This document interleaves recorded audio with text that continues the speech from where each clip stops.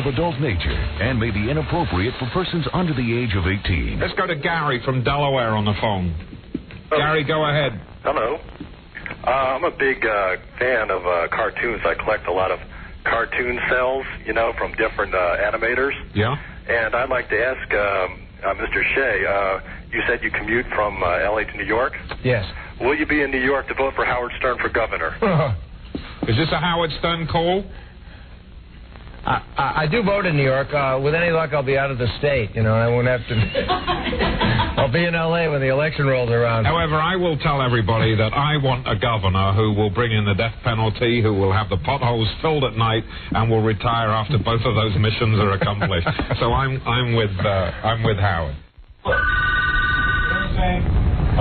Hello, Stern Show. Gary Dell'Abate speaking. Yes, that's D-E-L-L apostrophe. Yes. Yes. The apostrophe goes after the L, and yes, apostrophe. That's A-P-O-S-T-R-O-P-H-E.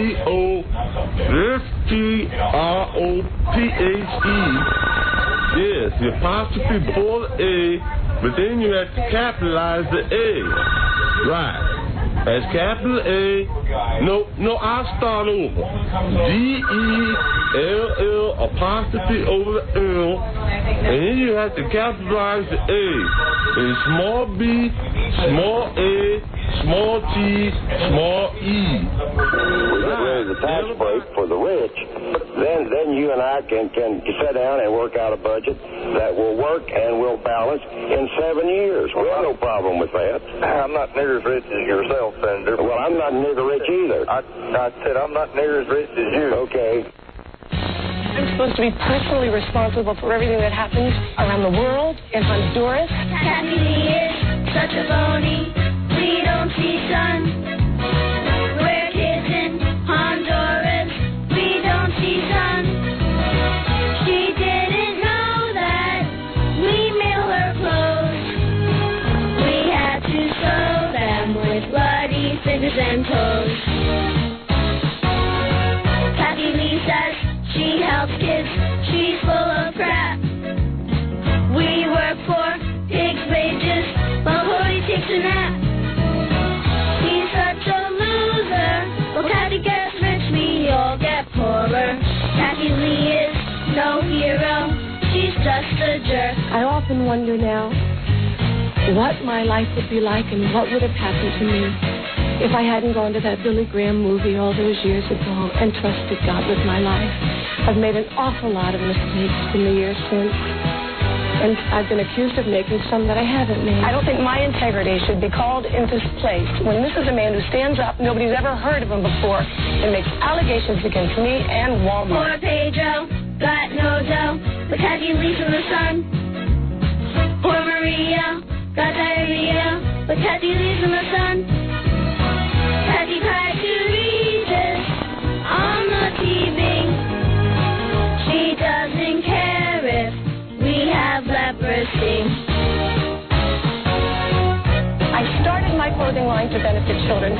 Millions of dollars have gone to help children. And I truly resent this man impugning my integrity. You can say I'm ugly, you can say I'm not talented. But when you say I don't care about children, that I will exploit them for some sort of monetary gain, for once, mister, you better answer your phone because my attorney is calling you today. How dare you?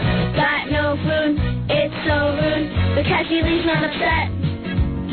If fruit flies are buzzing around the mummers' heads, that's why we're loading that dumb bitch in her Walmart clothing. She's fun of all time. Kathy Lee's in the sun. How dare you? Tonight is really a special kind of show because tonight, I guess, one of the most controversial men in America is certainly Colonel North, with the deal with the orange. But I think the guy we have on tonight's show is even more controversial.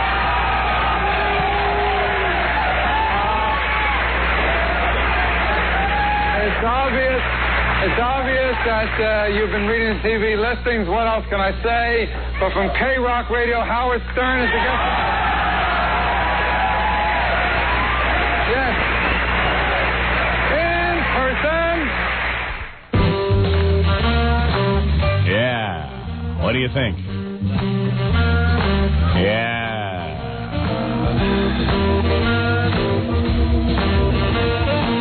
Hey. What do you say?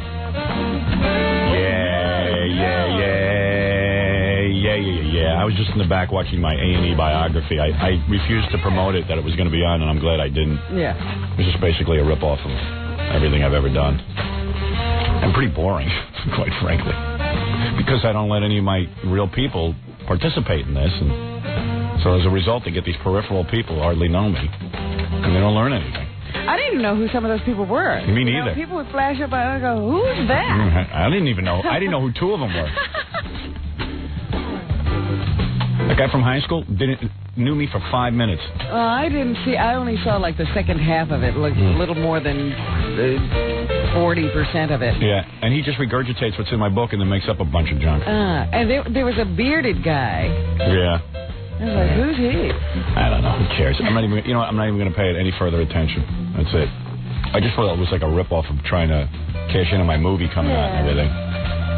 Well, your fame and popularity, period. And then they just ripped off stuff from E that they don't have any permission to use. Right. The tapes from my dad that they don't have permission to use. Radio material. Yeah, that they don't have they don't have permission to use. So. And where did some interviews that other people did? Yeah, I'm really glad I participated in those interviews, and then somebody else gets to use them. Anyway, never mind. Why don't we take a break? And I can go back in the back room and masturbate, and then come back here and be relaxed and do the rest of the show. All right, so that's what I'm going to do. You're going to do that right here at the station. Yeah, how much time do I have, Fred? About 5 minutes. Can you do 5? You know, it'd be a really funny bit. I was just thinking about this. No, don't. No, look. What? I say, let's take a break, and then we take a break for a week. We just keep playing commercials for a solid week. And people wonder, like, what happened? When's the break going to be over? See how long they stay tuned. All right, we'll be back in a week. Thank you. You're listening to The Howard Stern Show. Stay right there. 97.1 The Eagle. 6:09 at The Eagle. This is Brad Baxter. It's 6:13 at 97.1 The Eagle. You're listening to The Howard Stern Show. Yeah. That's what you're listening to. I saw a little bit of the Olympics last night. You know, I finally got to tune it in, and like, I was watching from about 8:15 till 9 o'clock. I saw it for 45 minutes, and they did about a 7-minute piece. Bob Costas introduced it on Izzy the... Did you guys see this? On Izzy the Olympic mascot? Yeah. Did you see this? I have never seen this.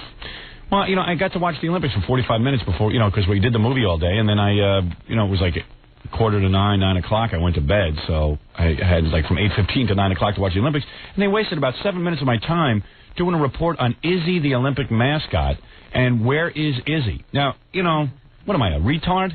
I mean, there's tons of things going on at the Olympics. There's all kinds of interesting profiles to be done on some of these athletes who have worked their balls off for 4 years.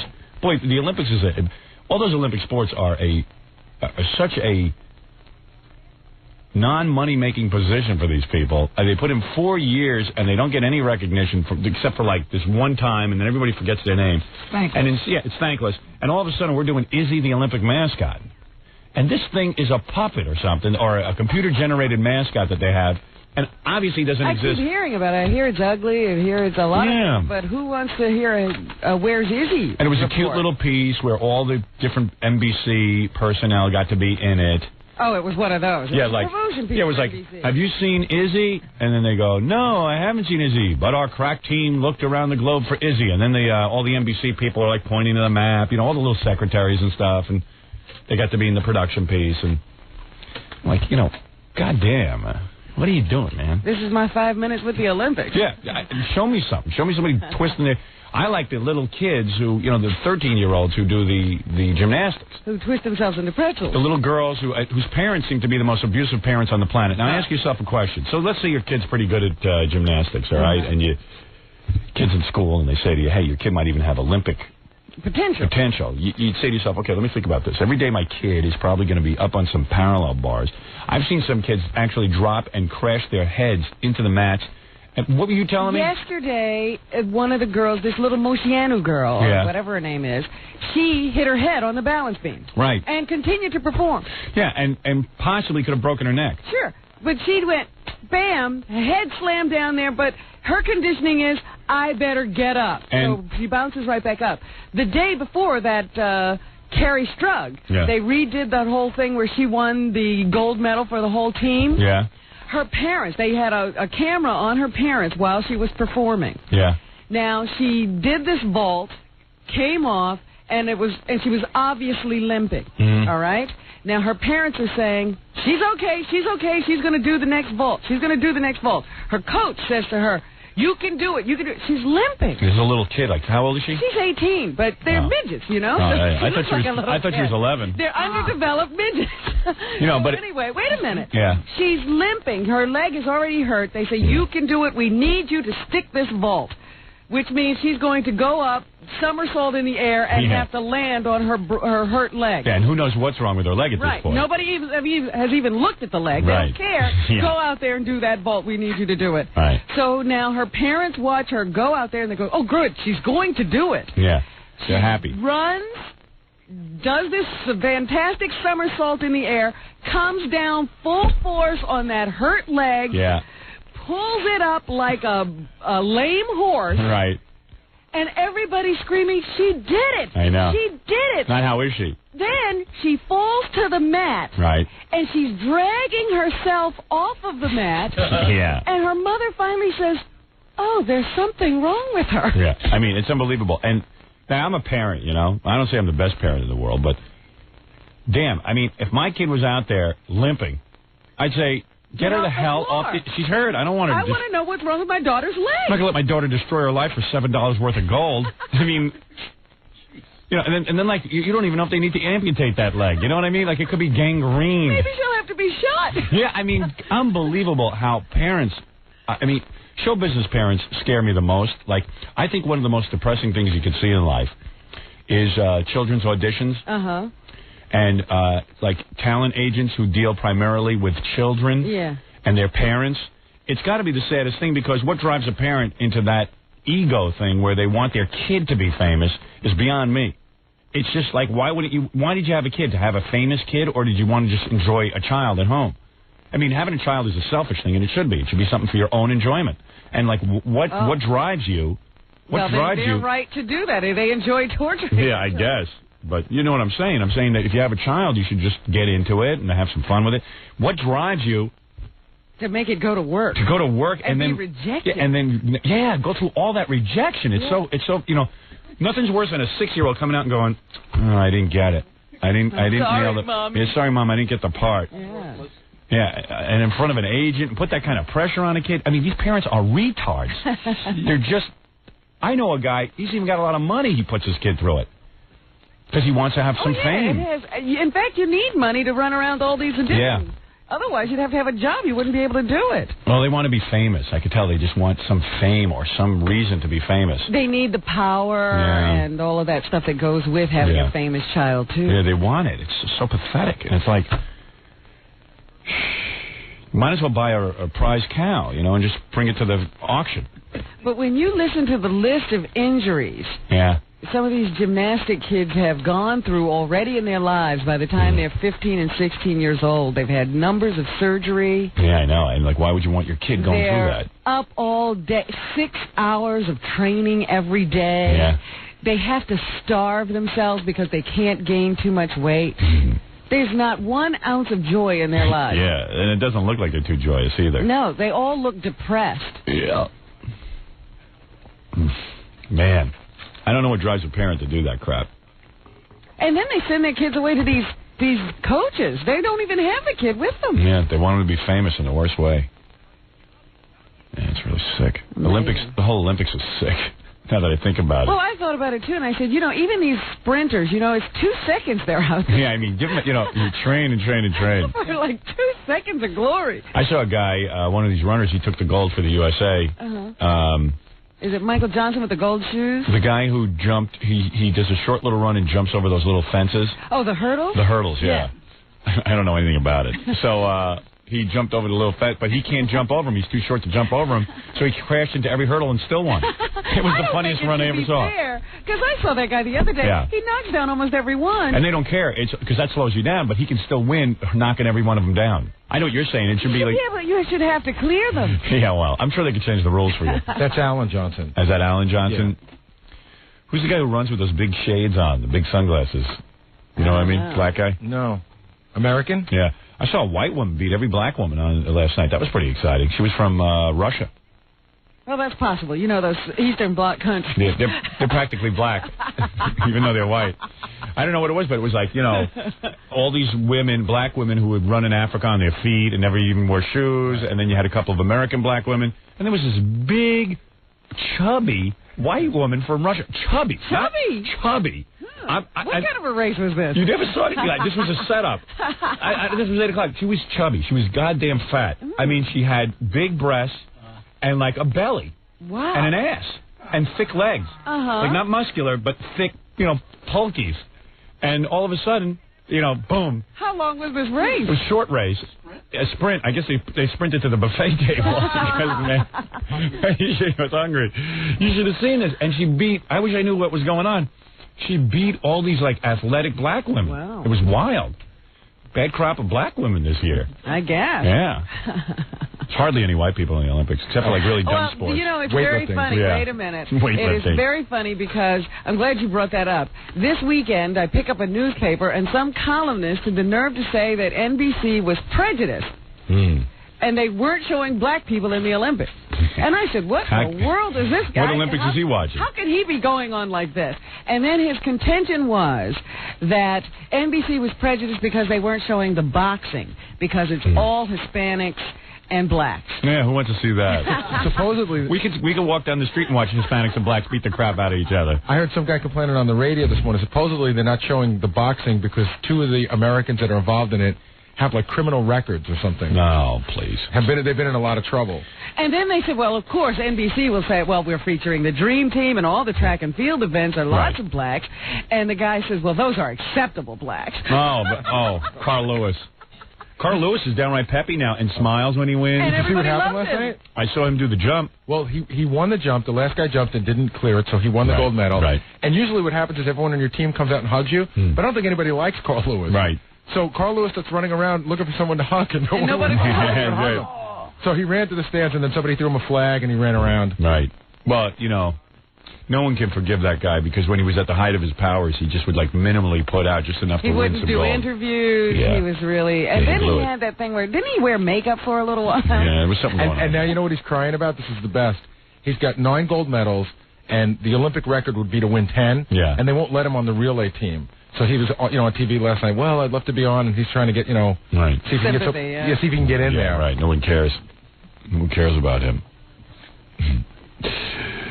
Yeah. I saw him But high every jump. 4 years... He has really gotten funny looking too. Yeah. It's not a high jump he did last No, night. it's a long jump. Long jump. Broad. Long jump. Called. It's pretty cool. And that's a stupid competition, too, because what you do is hurdle yourself through the air and then fall on the other side. Well, in sand. The guy that's a champion. It was cool, though, when he won. The guy that's a champion, he kept fouling. So he went for his last jump, and he must have hurt himself. Yeah. So when he made the jump, he just, like, pulled up, and he landed face down in the sand. And when he got up, he looked like a chicken cutlet. Yeah. Breaded and ready to be fried. Yeah. Oh, dear. Hey, you're on the air. Hey, is it Howard? Yeah. Howard, man, how you doing? I've been trying to get a hold of you for... Well, come on. Who cares? I watched your show last night. You see, this is the problem. That wasn't my show last night. I understand. That was a piece of garbage put together by Because ABC. I thought he was talking about the E! Show. I didn't know he was talking about the Yeah, I know what he's talking about. It was a horrible show. It was a boring show. Well, I saw your picture in the paper and figured I'd give it a watch. Yeah, well, that's what they figured. That's what they figured, too. Anyway, hey, man, I met Robin in Miami and I was too upset to tell her this and tell you this, but I would follow you guys into the sea. Who cares? Really. What's wrong with you? Nobody follows me into the sea. Whenever I get fired, nobody. They follow you all right. Comes right up to the edge. Right, and then they fall turn off, around. And you're by yourself. Nobody follows me into the sea. Trust me. Except me. Yeah. Yeah, you always end up in the sea. They throw you in there with me. They throw me. Yeah, I don't go into the sea. I'm through going into the sea. All right, I got to take a break here, and then I'll come back, and maybe I'll take a couple of phone calls. We got Caller of the Week. We got Jasmine St. Clair coming in, who slept with over 300 guys. She shot the movie. She wants to come in and tell us about it. Oh, I was going to say, who is Jasmine St. Clair? Remember the porn star who slept with most of our listeners? She's going to be dropping by to say hi. Is the movie ready now? Probably. That's what I want to... It's amazing how quick that movie comes out. We are still working on that. Yeah, right. She's done already and ready to promote. That's the great thing about the porn industry. They can shoot an entire movie in a day. All right, we'll take a break, and we'll be back right after this. We'll return to the Howard Stern Show after these messages. 97.1, The Eagle. 626 at The Eagle. This is Brad Baxter. It's 631 at 97.1 The Eagle. Call Howard on the Eagle's toll-free line, 1-800-54-STERN.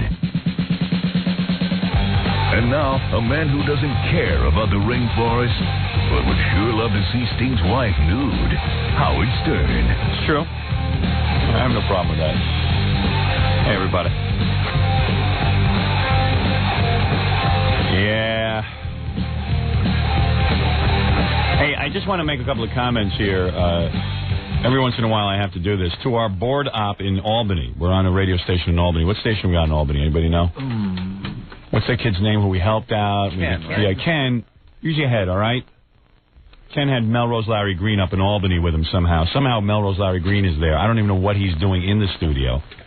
And Ken is busy putting Melrose on the air during the breaks.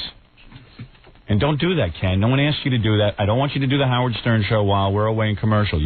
All you got to do is play the commercials and then come back to us. Do the weather. You know Ken, Shaky Ken? Yeah. He's up there with Melrose Larry Green in Albany, and I guess he brings him into the station and starts doing bits with him. Oh, no. Yeah, I mean, don't do that. Bit? During our breaks, he breaks away and does routines with Melrose Larry Green. You mean interviews? I don't know. Is he back to drinking? I hope not.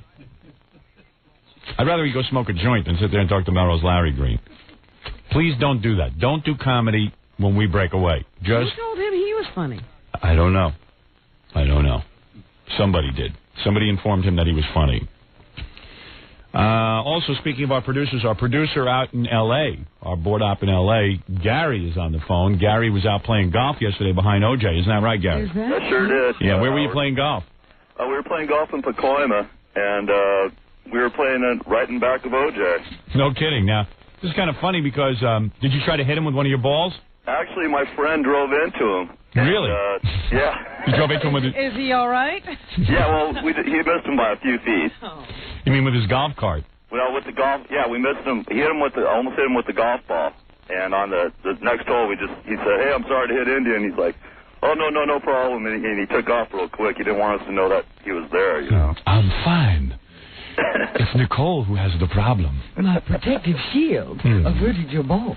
And don't ever hit me with the ball because I'll get a black jury to convict you. Look out. So anyway, and this is the funny part. Gary says that O.J.'s a crappy golfer. For a guy who plays that much, he really he's sucks. horrible, Howard. Now, how bad is he? Describe it to me. I mean, he was all over the place. I mean, he hits the ball to the right, to the left. He's just shanking it all over the place. Really? I mean, he's got a horrible swing. In fact, we were catching up to him. We're like, man, I wish we could pass this guy. Really? And all of a sudden, we thought it was O.J. Yeah. So we just said, "I'll go back off, man." Can you imagine this is what O.J. does? He has sex with white broads at night and plays golf all day. What a life. And I don't know how he does it. Well, Howard, he's out in Pacoima playing because nobody else will have him around. You know, he can't play at Riviera anymore. So. Riviera is like a she golf course? Yeah, it's like, you know. That's where he used to play. Yeah. Yeah, he used to play over there. So he's all the way out into Pacoima, man. And is Pacoima a hole in the ground? Yeah. Yeah, This guy's there. He's our board op. Yeah, a board op plays there. So is that like a public golf course where anyone can just go play? Yeah, exactly. Oh, I see. It's not no country club. Yeah. I mean, I was playing with my shirt off yesterday. Oh, man. That's great. And, hey, who is O.J.'s golf partner? Greg Morris of Mission Impossible fame. Oh, you're kidding. You sure it was him? I'm positive because we went into the bar afterwards because everybody was saying that, hey, OJ's in the bar, OJ's in the bar. I'm like, oh, hey, let's go get his autograph or something. And he had split, but Greg Morris was hanging out there. I don't know. You know, sometimes you can have a mistaken identity. Maybe it wasn't Greg Morris, but if it was, shame on you, Greg. I'm telling you right now, Howard, it was. We're positive. Yeah. You know, who's to say? Yeah. Who knows? You at least look like Greg Morris. Yeah, he looked and talked like Greg Morris. Wow. Diane, what's wrong with that guy? That's the guy from Mission Impossible. Remember him? Yeah, I was going to say, well, he can't get arrested, so I figured he... Neither can OJ. Yeah, it's pretty wild, man. And he was driving a brand new Rolls Royce. Who? OJ? Yeah, OJ was. Okay, now, let me ask you something. If you were just involved in a high-profile murder case where everyone knows you did it, but you got off, would you want to be in a car that was that ostentatious? Especially, you know, if you're screaming that you have no money because you're trying to hide your cash for the civil suit? And it was amazing because I'm figuring, man, this guy doesn't have any dough, and, you know, the civil suit's coming up, and it's a brand new 96 Rolls Royce, dark blue. Yeah, but that's where he gets the church from the white broads. If they see him in the Rolls, they get all turned on. How do you know it's brand new? Well, I mean... The guy knows cars. Well, we saw him drive away, man. I mean, you know... It was new. I saw him take off. It was You can brand tell a new car when you see it. You know the year. No, I don't know a 96 from a 93 of Rolls Royce. Well, Gary obviously does. I have no Rolls Royces. He's a car. Our board ops all drive Rolls Royces. That's my gift to them when they start working with us. Thanks, Howard. All right, Gary. All right, take care. Take care, man. All right. Gary, the board op, played behind OJ. Playing behind OJ on a public course. Isn't that great? On a public course. And Gary's playing with no shirt. And also, if you're, I don't know, if you're OJ and you go into a public golf course and you're trying to keep low profile, why would you drive a Rolls? Drive a Rolls Royce to a public Yeah, course. it's just, it doesn't make any sense. You're on the air. This is Mike. Hey, Howard. Yeah. Yeah, it's Marshmallow Mike. Hey, Marshmallow. What's going on? Hey. Dude, that E! Channel is just screwing you. I mean, they are such hypocrites. About 2 weeks ago, they had, you know that talk soup? Yeah. They had some clip of a lady on the Maury Povich show drinking her own urine. Right. And they wouldn't let you do that. They won't? Remember you had that guy in there? You know, I think you're right. They won't let... You know, I got to tell you, there's such a double standard for me. Even on Eve, they have a show called Sex in the Riviera or something. I don't know what it is. Every year they go to the Cannes Film Festival and they show all the little starlets and do all that stuff. I know. I have to put a call into Fran Shea and Lee Masters over at the E! Network because, I don't know, lately they've been dicking around with my E! show. I'm going to have a long talk with them. Once in a while they... You're right. The urine show, they've been giving me a hard time now that I think about it. Hey, Scott, are you ever going to air the urine show? Where the guy drinks his own urine? Didn't they air it, but they had to, like, fuzzy it out? No. Or something? I don't think they ever aired it. I don't think they aired it. And you're right. I mean... I even got the video of the girl drinking. Do we ever drink... Do we have the urine? No, I think you should make that part of your conversation. Yeah, I know, because I've been yelling at Scott a lot lately. And you know what? I've been so busy with the movie, I haven't talked to Fran. But I'm calling Fran today, and I'm getting to the bottom of it. They can't keep yanking me around and hosing me. I mean, they show those girls right after you on Fashion File with shirts totally see-through. Yeah. I mean, it's I don't know, ridiculous. but there's this whole double standard with me, you know, and I always get that fear, too, like even when my movie comes out, like, is the rating board going to go, oh, it's a Howard Stern movie, it's an X, you know what I mean? And it's not. I mean, it's you know, I just wonder, like, why me, you know? Why do I always have to get the double standard? Why can't I have a guy drinking urine on my show, but they can show it on Talk Soup? It seems to be pervasive. It has nothing to do with E! It seems to be the entire world. When you did your book, you had to have a robe on, and even then, they put the title of your book across your Yeah, mouth. it was ridiculous because the picture was really nice without that big bar across. Yeah. And the other thing is, too, that, like, see, was it Maury Povich that had the guy drinking the urine? Yeah, it was a girl. It was a woman. So Maury Povich goes on and goes, this is a very interesting phenomenon. We're going to examine it. We'll ask a doctor if it's safe to drink your own urine. And then, of course, they get a guy drinking his own urine, which but is the bottom shocking. line is Just someone they drinking drink their own the urine. Right. They just do it that way. I do it. A guy drinks a urine, and I go, oh, that's gross, man. You're a sick bastard. You know, I'm doing it, like, comedically, and therefore it's wrong because I'm making a joke out of it. Well, it even goes further than that. But he's because, doing the same thing I'm doing. The guy on Talk Soup, what's his name? John Henson. He was making jokes about it through the whole show after that. He was mentioning, He's using it comedically, yeah, too. he was using it, too. I don't even get... I don't know. I don't get it at all. I don't get it at all. In fact, Chiasano gives me crap about whenever I do a bit, I go, hey, I'm going to drink my own urine. And, like, I might just drink a bottle of water or something. Right, you gurgle. Yeah. Oh, my God, oh, my God. It's like, shut up, Tom, you jackass jerk-off. You don't even know what the line is, you moron. Really, man. He's a dope. Talk about other double I can't standards. stand my general manager because he's so stupid. Remember when you were going off about No, Snapple he's just last week? stupid. He just guesses all over the place. Yeah, what about Snapple? When you were going off on Snapple, right after, when you went to commercial break in Boston, they had a Snapple commercial. Yeah, well, that's cool. I mean, I know advertising money's advertising money. Yeah, well, I mean, what can I tell you? I don't mind that. Somebody once said to me, you know how I feel about lawyers and stuff. You know, I can't stand them. And then there was one market that asked me to do a commercial for a lawyer. I'll do any commercial. I think anybody has a right to advertise. I don't sit there and control who advertises on my show. Mm-hmm. I'm happy to have all people who feel my radio show is a good vehicle for getting customers. I don't sit there and discriminate. It's people who discriminate against me. You understand? Well, Howard, you're still the king no matter what. I'm a comic. I'm not a dictator.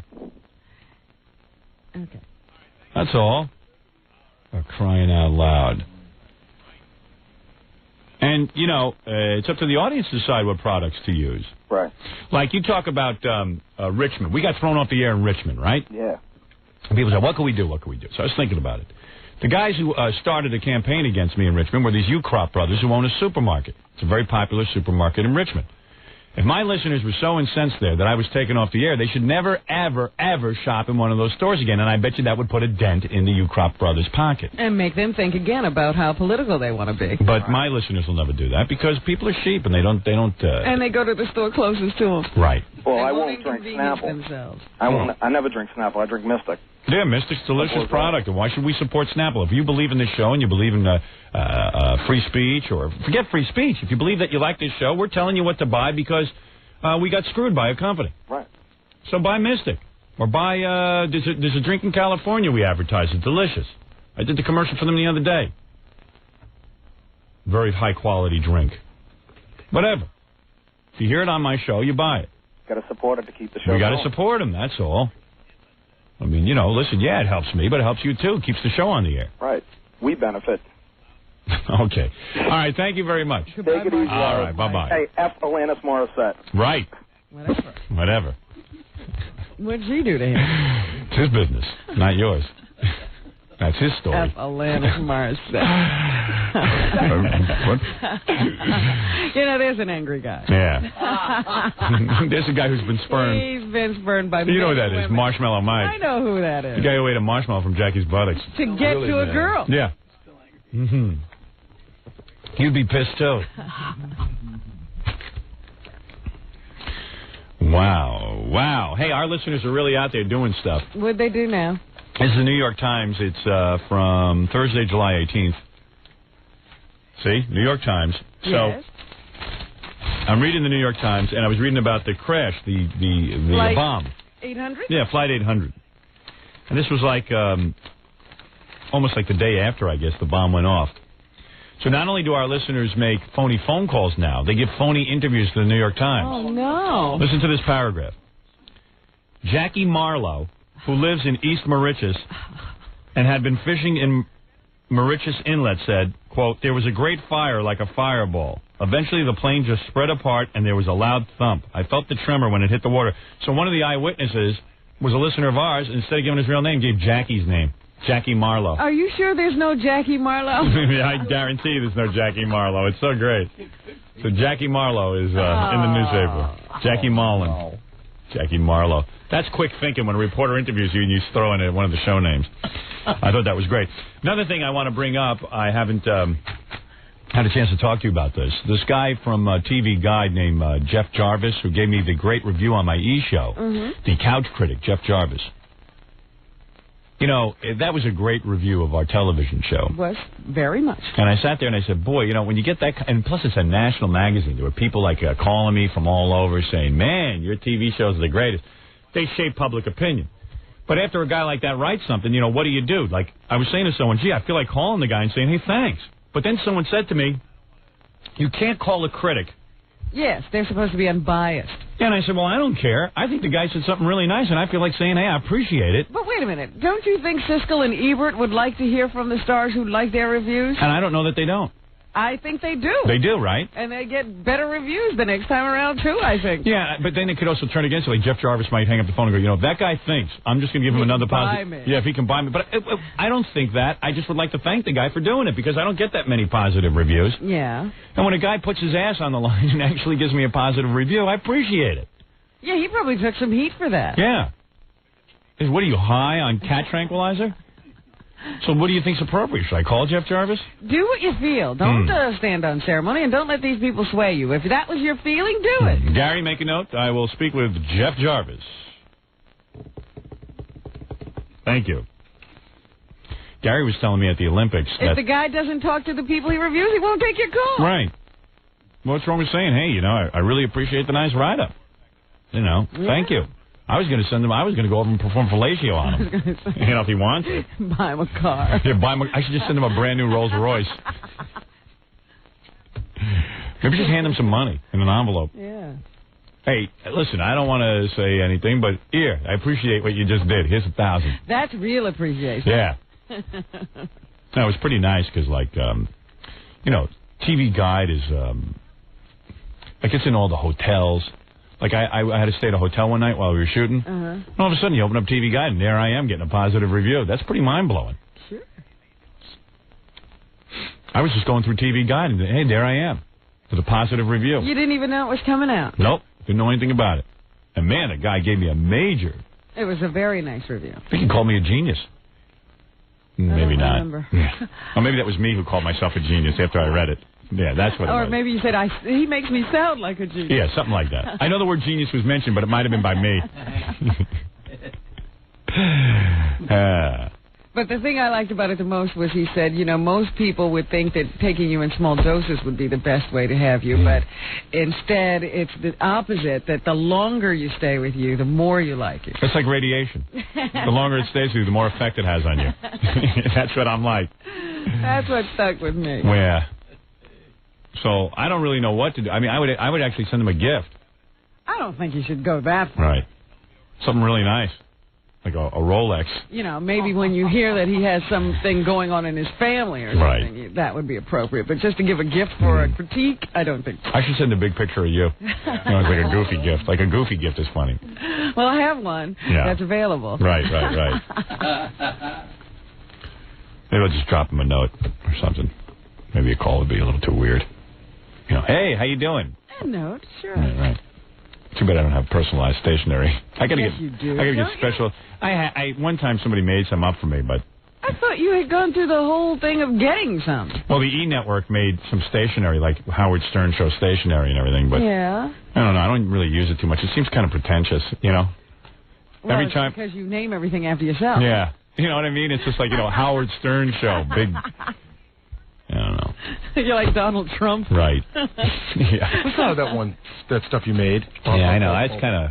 Well, we made that like about 8 years ago. Yeah. But what else would it say, your personalized stationery? I don't know. I don't know. I don't know what. I guess. I'm not even sure. No, anyway. Well, how about a nice little something with flowers on it? Hey, Gary, come here. Yeah, something feminine. So Gary was telling me over at the Olympics. Yes. So when the bomb blew up, you know, all the reporters that were at the Olympics were desperately trying to get the story. So they were all over the place. And the cops were telling them, look, you cannot go in there. You cannot go near this area because we have to, you know, we have to do our job. Yeah, apparently wherever they needed to broadcast from. Yeah. They had to get by the police lines or something. So the reporters got so out of control, the cops had to pepper spray the reporters. That's pretty funny. Well, I wish there was tape of that. Is there? They tried to storm past them. Like some of the reporters are like, thought that covering the story was more important than listening to the cops. Right. And the cops pepper sprayed them? Right. That must have been funny, it was man. like a reporter riot. Do they have tape of that or film? I don't think so. Oh, man, that they don't have on film. Rodney King they managed to get. How come they only use that stuff in the South, pepper spray? I don't know. And like, you never see any good... Everybody first read the report and they said, no, it must have been tear gas. It goes, no, this is the South. It was pepper spray. Pepper spray. And what is pepper spray? I don't know. You know, whatever it is, it works. Because the damn reporters got out of there quick. Reporters are big pussies, you know. You know, they all act tough. You pepper spray them a little bit, they run out. The guy's probably in the fetal position crying. Yeah. It's kind of neat when the cops have to pepper spray the reporters. I wish I could pepper spray lawyers. They should do it more often. I'd like to pepper spray all the lawyers in this country. Pepper spray. And what were they doing? Crying and crap and running out? Well, I guess they had to be subdued. Really? You know, I guess once they got down, I guess they didn't have to arrest them once they were on the ground. Right. I mean, that stuff puts you, you can't see anything. Wow. I'd freak out. I would listen You to the wouldn't cops. have been running No. toward the cops and saying, I'm going to break through your line. No way. I would have said, okay, I'll go home. I'll make up the story. I don't care. I'll listen to the news and wait for that to Just tell me. tell me what's going on as soon as you know. Right. I keep pepper spray in my trailer at the movie to keep Fred out. Has anybody been... do you guys get your own trailer? I don't even know what goes on. I know you have your own I have trailer. a dressing room. What, you At did? the studio, I have a dressing room. What about when we're shooting on location? I have a trailer. Yeah. I supposedly have the nicest trailer, but this was weird. When I was working with my movie wife, Mary, she had a trailer that wasn't working right. I don't think any of those trailers work. Yeah, well, mine does. Yeah, Better. but they make sure yours works. Yeah, right. The rest of them, they don't know. So her trailer wasn't working right. So, I don't know, it was getting so bad that she was, like, freaking out. I heard she was crying. Yeah, she was, like, in the fetal position crying and stuff. But what is not working right mean? Her air conditioning was... on. And, it sounds kind of childish when you hear it. Like, I'll give you an example. You ever watch when they make these movies and stuff and you tune on Entertainment Tonight and you see, like, Demi Moore standing there with an umbrella over her and, they're blocking her from the sun and you go, what a pussy. I mean, she's out there making a movie. Some idiot's got to stand there and hold an umbrella. Yeah, who does she think she is? Who does she think she is? Well, the other day we're shooting, and all of a sudden I got umbrellas over me because the sun is so hot, the makeup's running, and it's going to ruin the shot, and they're going to have to just keep doing touch-ups on me. So there I am, another idiot with an umbrella over him, So you understand now how people get into these positions where they have umbrellas over You them. find these pictures because... Because it actually makes sense. Yeah. So, We're learning a lot. Yeah. So anyway, we were out shooting and stuff, and what happens is you start getting real sweaty and disgusting. And so evidently she would go back to her trailer to cool down. And it'd be hot. It'd be hot. And those things become ovens. Yeah. It's all metal. And then it's like, then you don't get a chance to take a rest and chill out a little bit, and you've been working for a long time, and So suddenly... then you're frantic when the next scene comes up. Yeah, and you don't look good, and, for actresses, that's real important. For me, it don't make a difference. If I look good, if I look bad, believe me, ain't nothing But you're helping. cool. Yeah. By the way, I've now worked in the movies long enough. I'm getting a nose job. I've already booked the appointment. I've already got it scheduled out. Are you I kidding? don't. No. I ain't kidding. Won't it ruin the sequel? Nope. I don't care. F my Well, voice. did Sylvester Stallone think of that when he did Rocky II? He had remade himself completely. All these actors remake themselves. I don't care. And I used to worry about my voice changing and stuff. Who cares at this point? Hey, your voice is different now than it was 10 years ago. Exactly. Who cares? Everybody says it's too loud anyway. It is. I'll tone down. But what if it makes it like really like what if you had to sound like this? Then you know what? I'll quit radio. How's You'll that? do movies. That's right. Yeah. So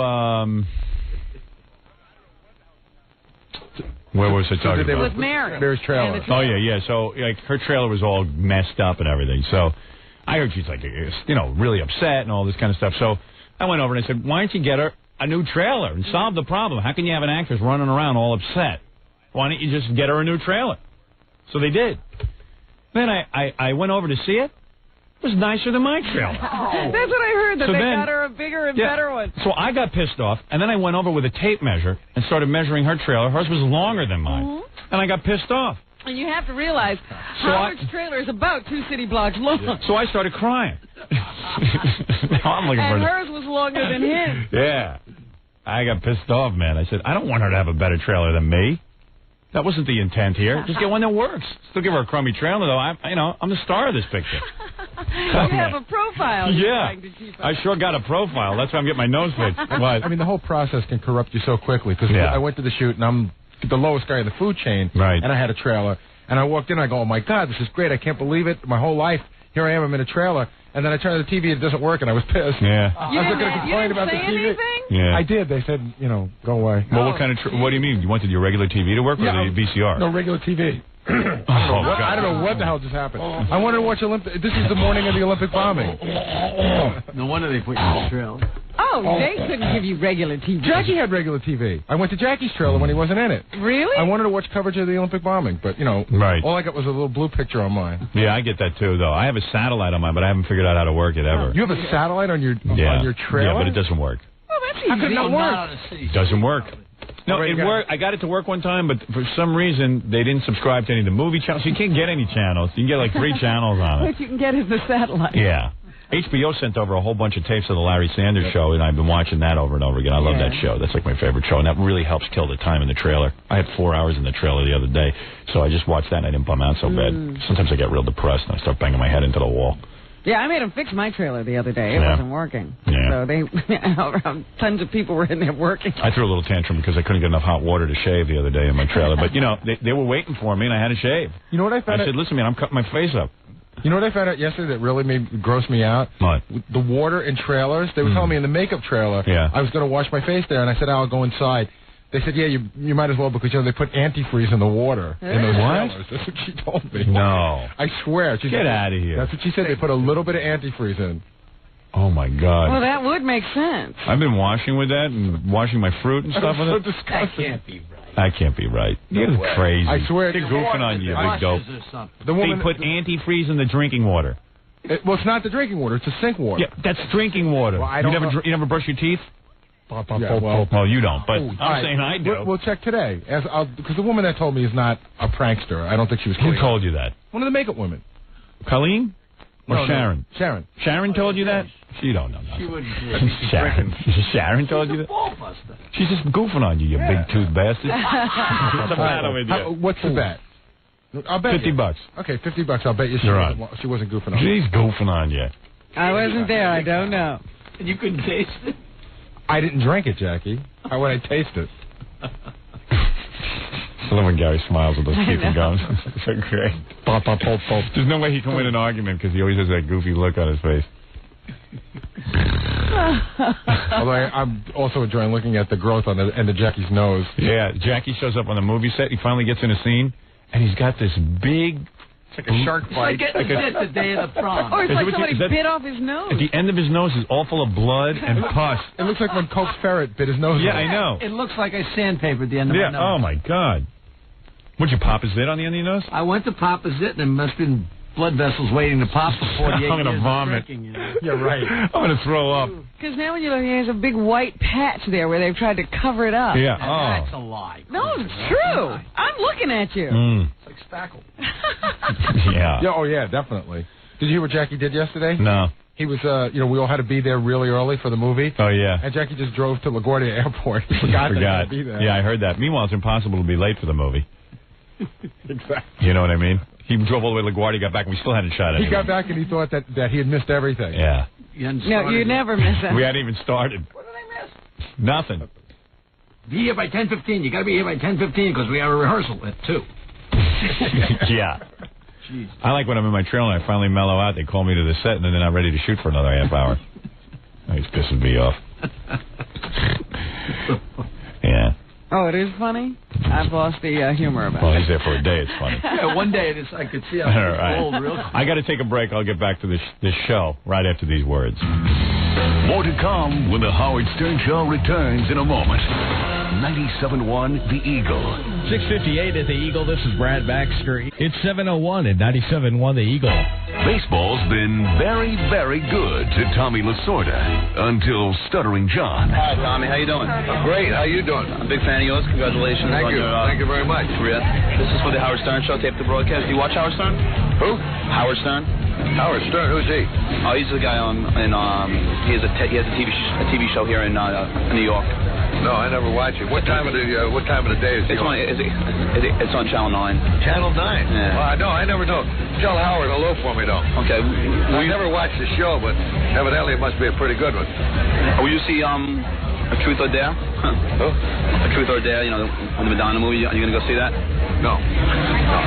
I'm too busy with the baseball team. I don't get time to do very much. Fast has been going. It's great. This thing is so great. It's unbelievable. For 2 years, when I first started to lose the weight, I stayed away from eating ice cream. For 2 years, I have not had ice cream. But since we've come out with this Ultra Slim Fast Frozen Delight, I am now back to eating. It is so good, I'm telling you, and it's got very little fat, and it's low fat, no cholesterol. And for the people who are always concerned with their weight, now they can really eat ice cream and enjoy it at its best. It's so good. Hey, take my word for it. It is really good. Let me ask you, I'm in a band, you know. Do you have baseball groupies, like girls who hang out, you know? Oh yeah, I've seen some of them around. Oh really? Yeah. Is there a lot? Oh, not too many. Do you ask your players to refrain from sex before a big game? I don't even want to talk about that. That's a private thing, and I don't want to talk about. Oh, all right. I'm sorry. Can we ask about Pete Rose? Okay, something about Pete Rose. What do you want to know about? You know how much you want to bet that Pete Rose is gambling again? No, that's not a good remark. That's not a good remark. Can I just say something?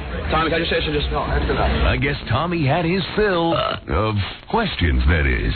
You're listening to the trim Howard Stern. Yeah, I'm very trim. And no Ultra Slim Fast involved either. Jackie Jokeman Martland, 78 minutes of filthy jokes on CD or cassette on the hysterical Sergeant Pecker. Only $12 plus $4 shipping and handling. Call now, buy two, get one free. Call 1-800-323-KING. Thursday night, August 1st, Jackie hosting a big benefit at Rascals in West Orange, New Jersey. For information, visit Jokeland on the web at JackieJokeman.com. All right. Thank you, Jackie Jokeman. Jackie Jokeman. Hard to believe our show has a Jackie Jokeman, but it does. Never envisioned that. All the years I thought about this show, I never envisioned a Jackie Jokeman. But everybody on the show has to have a title. Right. A name. He's Jackie Jokeman. Yeah. Before I get into reading our fan mail and doing Caller of the Week, do we want to finish up some of the phone calls? There are some people on hold. Okay. Have we talked to anybody? Yeah, we've talked to 2 or 3 people, but usually in the morning we I don't know. A lot of people just call in and want to get on. Let's talk to Doug. What's your problem, Doug? Well, he keeps talking. He says he only uses the word gook whenever he refers to Vietnam. But he didn't even use Vietnam yesterday when he said the word gook. Who's he? Howard Stern. He's a dumbass. He is a dumbass. I agree with you. Yeah. And Robin said she was going to point it out the next time you did it, and she didn't do it. She just sat on her fat ass over there. Are you a gook? What doesn't matter, man? You asked me that the last time. Losers. Right. Guys, it's freaking every time you do that, my girlfriend gets pissed off at me because I'm listening to you. So your girlfriend's a gook. Screw you, Robin, you nigger. You sound like you're going to cry. Freaking Dodge, you don't know how much headache I have because of this. You sound like you're going to cry. She doesn't even listen to me anymore because I listen to you. Are you going to cry? Screw you, man. Are you crying? I think he is. You're crying, you big baby. Screw you, man. Screw you. Baby. Are you being... I don't know how it is. I know how it is. Yeah. You're with a white wife. It doesn't matter what you say. Well, who told you to marry a gook broad? Screw you, man. Screw you. Dude, I was in Nam. I explained to you... You were 15 years old when you were Nam. Right. I'm not a pussy like you. Let me tell you something. When I was in Nam, we had to call the enemy gook. It's just like during World War II, we called the Germans krauts. But you didn't use Vietnam yesterday. Yeah, well, I'm a Vietnam veteran, and that's how I always explain that's how we dehumanize the enemy. I don't believe those people are gooks anymore. I'm above that. But sometimes he slips. You slip. You're in a friggin' war. Yeah, right. It's a flashback. It's malaria. Yeah. I suffer from malaria. Every time I have a drink, I go into a malaria attack. Did you know that? Yeah, right. Yeah, listen, I love all people. I love the Chinese people. I love the, what other kind of people do I like? The black people. The black people. The Asian people. Hey, look, I have 2 words for you. So. Man, I didn't say gook yesterday. I said chink. Yeah, and that's only supposed to be Chinese food. Right. What about last week when you talked to that lady from Tennessee? Who? You said that lady from Tennessee, she hated black people. Right. And you said, do you hate the chinks and the gooks? Right. Well, he was trying to talk on her level. Yeah, honey, that was a joke. Yeah, my girlfriend took that as a real joke. That's my problem, that you dig yellow meat, so I have to sit here and you have to deal with it. Alter the show for him. I love the Chinese people. Yeah. I love the Viet Cong. Now they're behaving themselves. Why don't you say nigger all the time then? Okay, I will. Yeah, we let Jackie do that. Jackie does that for us. Does your girlfriend ever cook dog for you? Oh, she's had dog. Really?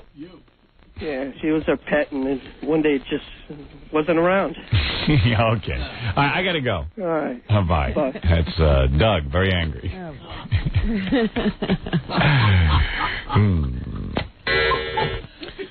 Hey, Billy. I gotta be on Gook Patrol for him. Yeah, I right. gotta find out what Gook you're Patrol. saying. It's just the word gook is so funny.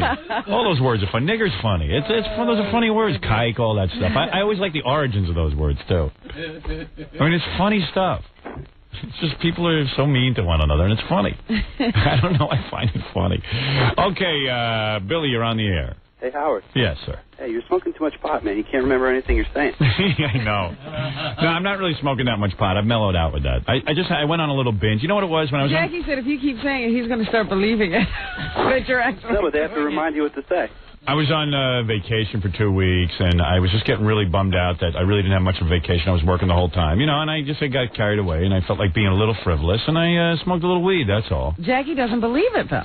I don't care if Jackie believes it. He can't get his mind around that concept. I've smoked weed with Jackie. Have you? Yeah. He's being a big shot over there. Ah, okay. Because he just said that the other day. You know I have. Why wouldn't you believe it? Here and there, I've smoked some weed with Jackie. So. You didn't know I saw him, but I saw him. You saw me. I smoked it with you, idiot. What, he was sneaking? Yeah. And over vacation, I got into a little drinking and a little dope just to mellow me out. That's all, and now I'm over it. I just go in little spurts once in a while. I go in little binges. Yeah, but then you forget what you're talking about. I forget what I'm talking about anyway. I'm completely wasted. I mean, I didn't shoot the marijuana. I just smoked it. You know what I mean?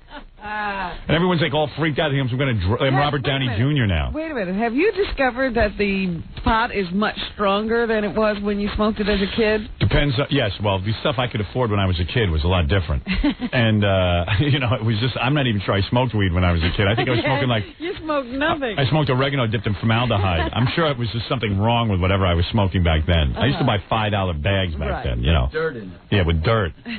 But, yes, it is very powerful. I don't know if this stuff is chemically treated or what exactly I'm smoking, but the weed nowadays...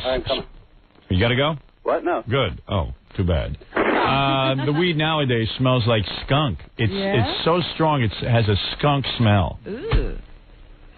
It's a real powerful weed. Where'd you get it? And you notice that you don't have to, do much to get high? Yeah, I could take 3 or 4. I smoke a whole joint, though. Yeah? Yeah, I've smoked a whole joint. But that really wastes me. I get giggly and really stupid. Over in a corner by yourself? Yeah. I start laughing, and it's just really sad. It's just sad, a guy alone in his room laughing, reefer madness. That is funny. Yeah. And then I drink the wine, or I have a Bud Light or something. Bud Light. Yeah. I do. I had a Bud Light the other night. So whoosh. I smoke pot and have a Bud Light. Hey, that's my thing, okay? I don't know what you're doing. That's what I do. Oh, yeah, I have a good time. Remember what a Tylenol did? Wow. I had a glass. I had to drink one of those bottles of wine, the little bottles of wine. What do you call it? Those About this little big. splits. Yeah. Had a split of wine. What? The hotel bottles. Yeah, that size bottle. That kind of thing. Had a little split. That was pretty good, I mean, I don't do it often, but once in a while I like to mellow out. So you know what I mean. There's Does it matter what the wine is? Are you a white or a red man? White. White. I had Blanco de Blanco. A Chardonnay. Nah. There's no red in it. You know, and I don't know anything about wine, so I opened up a bottle, and it was like, it was all sparkly and bubbly because it was champagne. And I go, I don't drink this crap. And I threw that bottle out, and I just, it's completely out of control. Hey, Howard. Yeah. I got to go to work. Well, what do you want from me? F-A-N-E. F-A-N-E, right. Thank you. All right. Bye-bye. Bye. And Blaze. My first F Blaze button. Did you? Yeah, I saw those.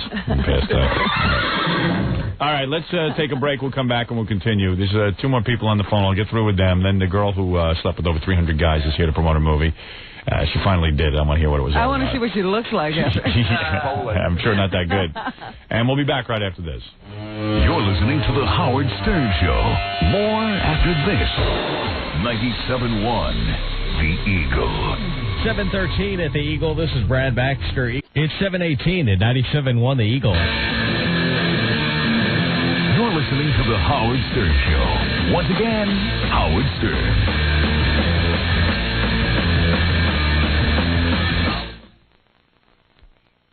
Sorry. I was getting my sunglasses because Jasmine's here and I like to do my interviews with chicks with my shades on. It makes me look more evil. I think girls find that sexy. Oh, girls like evil? Yeah, I got a whole theory on that. Girls like a bad boy, you know. It's my theory. It's the only thing I can go with. Hey, if you want a boyfriend who's going straight to hell, just look me up. I'll tell you what it's all about. Want to just finish off these phone calls and then let Jasmine in? Okay. All right, real quick, because some people have been holding all morning, and you know how unfair that is. Hey, you're on the air. This is Cheryl. Hello? Yeah, quick, because I got to get to Jasmine. Oh, is this Howard? Yeah. Hi, I've been listening to your show for about a month and a half now, and I'm trying to figure out who everybody is. Well, that's what market do you listen to us? WCCC? Oh, in Hartford. Right. Yeah. Okay, who met their wife on the air? All right, that's Fred. He's from Hartford. I met Fred in Hartford. I'll tell you who everyone is. Okay. Fred is a guy who I met in Hartford who did, like, comedy voices and stuff. Yeah. And he's real weird. He doesn't communicate well with others. Uh-huh. Even though he thinks he does. But he's strange. And he doesn't really know how to talk to people. Like, you could go up to Fred and say hi. Now, he's known me over 15 years or something. And it's almost like he's meeting you for the first time. It's almost like he forgot who you were. I mean, imagine the scariest human being you know, and then multiply that by 5, and there's Fred. I'll give you an example how scary he is, okay? Okay. 2 years ago, he changed his name to Eric legally and never told anyone. Okay? So when you that's talk a true about story. Eric, that's him also? Yeah, Fred is Eric. Okay. Okay, and... Now, is he happily married to that woman? All right, now here's how strange it gets. He's so weird that, like, all the years he was with me, like, because he's in radio and he's working with me, women would come on to him, even though he's bizarre. Okay. And he never would date any women, so we thought he was maybe a homo. But he wouldn't date any guys either. He just was asexual, and every time you asked him about it, he said, I'm sorry, I have to get into my work. I'm devoted to my work. Meanwhile, he did nothing. And I don't mix work and pleasure. Yeah. So he had all these rules, and you started to think, like, maybe he has no dick. And then you, like, go, oh, wait a second. So then I spied him in the bathroom like 10 years ago, and he had one. You saw it. Yeah. But, you know, you two used to sleep in the same room together, and he wouldn't get undressed in front. Right. Yeah, we used to share a hotel room when we were first starting out and stuff. And you know how guys will take one bed, and then Fred would have the other bed. And Fred would have to, like Fred would run into, like a guy on his, marrying a virgin. Yeah. He would run in the bathroom and change, and then he would just climb into the covers and remove his pants. He's a very strange guy. Okay? No, wait, Howard. No, so now, is he happily married to that well, woman? this is what I'm telling you. I'm getting to it. Okay. So, all of a sudden, Fred announces that he wants to mate. Like a Vulcan. So I put him on Dial a Date. Okay. Okay. Dial a Date is like a dating game thing I do that I'm sure that my Howard Stern imitator in Hartford has done 1,000,000 times. Okay. So you know what it is because he's done it, but he's done it badly, right? Right. That Sebastian guy. He's terrible. Right, and he's the guy who rips me off. Okay. So a lot of the stuff that he does, I've just invented, but you didn't know that. Okay. So, Fred, I put him on Dial a Date. I get 2 chicks there's 3 girls on the phone. 2 of them say, look, point blank, I want to have sex with Fred. I'm really hot. They're like stripper types or something. And then the 3rd girl is like a nice Jewish girl who says, I don't know if I'm going to have sex with Fred. Fred picks the Jewish girl. Okay? Yep. Goes out with her once. Screws her. On the first night. Yeah, scores with her the first night. Dates her forever. Moves in with her. And Fred was the type of guy who used to just go to his parents' house and stuff every weekend because he had nowhere else to go. Out in the boonies, right? Now he never visits his parents. And he gets totally devoted to this girl. Okay. They get married. Doesn't tell anyone he gets married. Okay. He just gets married on a beach one weekend. And then he tells us after. Gary's plumber went. Yeah, I'm the guy who found this woman for him. He doesn't invite me to the wedding, nothing. Total strangers were at the wedding. I'm probably the one guy who's been responsible for his income in the last 15 years. Doesn't invite me, but it's okay. I was just as happy to stay home. He marries her. Yep. Nice, regular girl. 3 months later, she decides she's quitting her regular job. She's going to become an actress. Okay. This is no spring chicken either. And all of a sudden, you know, how old is your wife? About 30. 30. Suddenly, a career change. She's going to be an actress. Yeah, now she can't even tell her age because she doesn't want to be typecast. Right. On Fred's tuchus, she decides to become an actress. So now he's got to support her. She quits her job, and she goes off. And because, you know, she's known for my show, yep. they stick her in some show where she just strips. She plays a nun. And makes out with guys. She goes into this play that used to be a 10-second part. The woman who had it before her played a nun, and she would kiss a guy in the cheek. She goes into the play. She starts making out. For 20 minutes. They expand the part to 20 minutes. She just stands there on stage and makes out with a guy. No, how does Fred Now they feel got her about that? stripping on stage. How does Fred is furious. Fred becomes furious. They're fighting publicly. They're fighting publicly, and Fred is close to divorce. No. Yeah, all right, Fred? This week, no. But there have been moments where that is true. And by the way, your wife's got to be closer to 35 than 30. No. Really? No. Yeah, she's a lot younger. She's a lot younger. No, I didn't know that. I assumed that. I mean, she looks like she's 20, but I'm saying she's a lot younger than I am. Is she? I'm an old fart. I didn't realize that. Because Baba Booey threw up a note that said she's 35, not 30. Now, Howard. Tell Gary to stuff it. Right. Howard. Right. I mean, and now in this play, Gary, what? I remember when we went out on Dial-A-Date that Allison and I talked about a lot of stuff, and that she's my age. She's younger or close than you. to my very close to my age. No. Right. I don't remember her being 5 years younger than me. I remember her being younger because we both grew up on Long Island. We talked about a lot of the same things. We knew the Maybe she lied about her age to Fred. There you go. Fred doesn't know how old. Yeah. Stop it. It could be. Gary's eating, Fred. Don't disturb him. Fred would have had met her when she was 20. Right. Right. Hey, Fred, what are you thinking? What? She's about 30. I don't know what Gary's talking What's about. about She's younger. Is she lying about her age because she's an actress now? I think that's it. She's younger than what he's saying. Really? You sure? She celebrates every other birthday. I don't remember her being that young. I don't either. She's younger than me. No, we know she's younger than you. And you're 40, right? She's yeah. I think you better take pen to paper. She might be 31. Let him get away with it. She might be 31. Fred has to cipher to get her age. Trying to get points. Yeah. So anyway, Fred's wife goes into the play. I'm not carding her, Robin. My God. So Fred's wife goes into the play, and this little innocent part that should have lasted a week. Wait a minute. Now she's stripping on stage, and guys are feeling her ass. Next thing, they got a part now. They just developed $20 bills. a woman who fillets guys on stage. Wait a minute here. What? Don't you know your own wife's age? Yep, Yes, I sure do. Fred is acting like it's weird. I'd like to turn back time. He's not sure. That he has to calculate it. And So I is his think wife that's still funny. doing that? I got a 42-year-old broad at home. I know that. Here's in a minute, I don't forget it. Oh, man. I never thought in my lifetime I'd be with a 42-year-old You know woman. what? You said something the other day, and I laughed because you're going to experience it. You said something about 49-year-old women. And I said, he's going to experience that. What's he laughing about? Someone told me these old broads are a lot tighter than you think because they don't get that lubricated. So it's pretty good. They say it's almost like being with a... It's actually good again. Yeah, it actually gets good again when it gets real old. Goes full. Yeah, well, you know what? I don't want to be there to find out. Snaps back. I've told my wife, it might come a time that I have to leave you because I don't know that I'm not that mature. I don't want to be with my grandmother. I still feel like a young man. I can't. In fact, it was Jackie's reunion you were talking about, and you said, "Oh, those 49-year-old women can be pretty scary." What are you talking about? I'm almost there.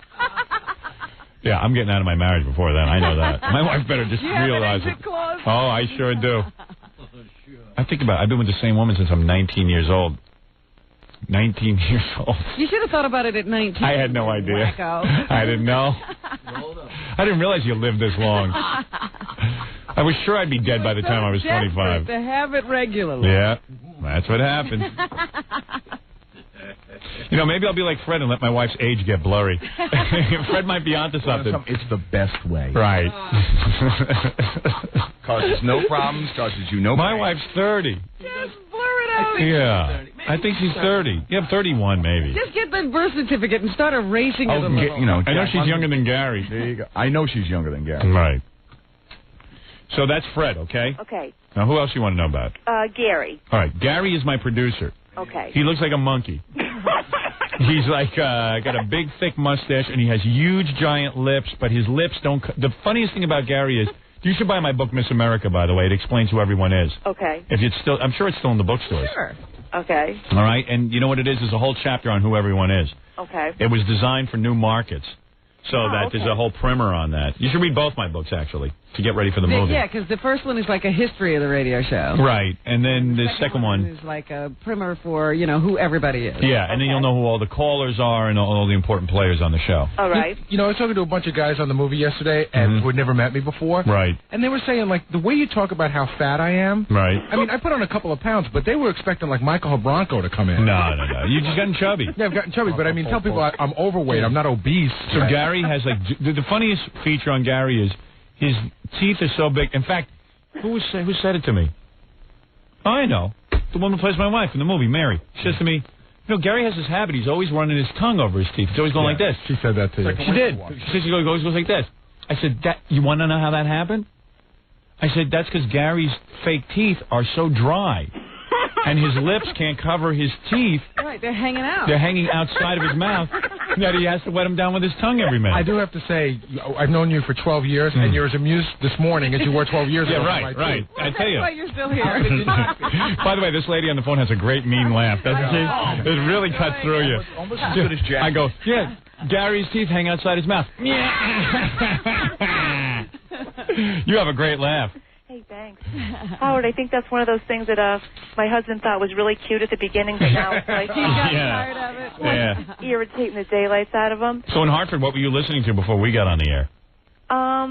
Well, I was just like, I hate to say it, but like easy listening music. Yeah, right. And then what happened? Like you were just tuning by the dial one day and you caught us? Yeah, and I thought you were like a screaming riot, so Thanks. I had to stay. Oh, cool. Now, who is Baba Booey, a person or a thing? Let me tell you, Baba Booey is Gary. Oh, Gary's Baba Booey. Now, let me tell you what happened. All right, this is funny. This will really kill you.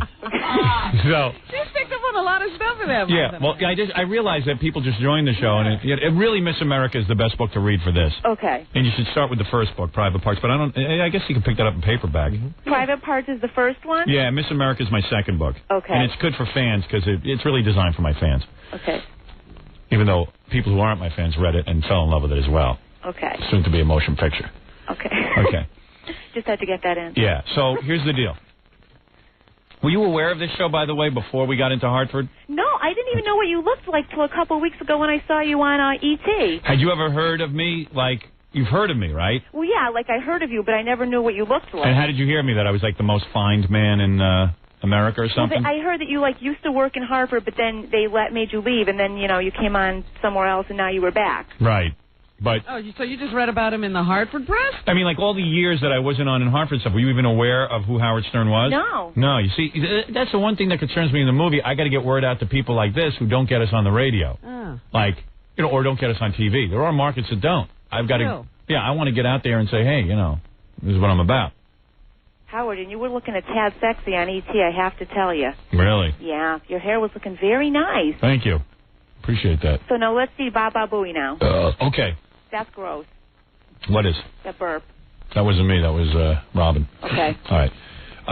Nothing that big could come. You know what? I had this woman all turned on, and then I belched and ruined it. I was just thinking, I don't need to be here for this explanation. Yes, you do. Come on. Come on, it's funny. So anyway, it's fun. It's more fun for me to stare at your teeth and gums when I do this. So anyway, fuels you. Gary, even though he thinks he's really smart, yep. He always, he abuses the English language, and he says funny things.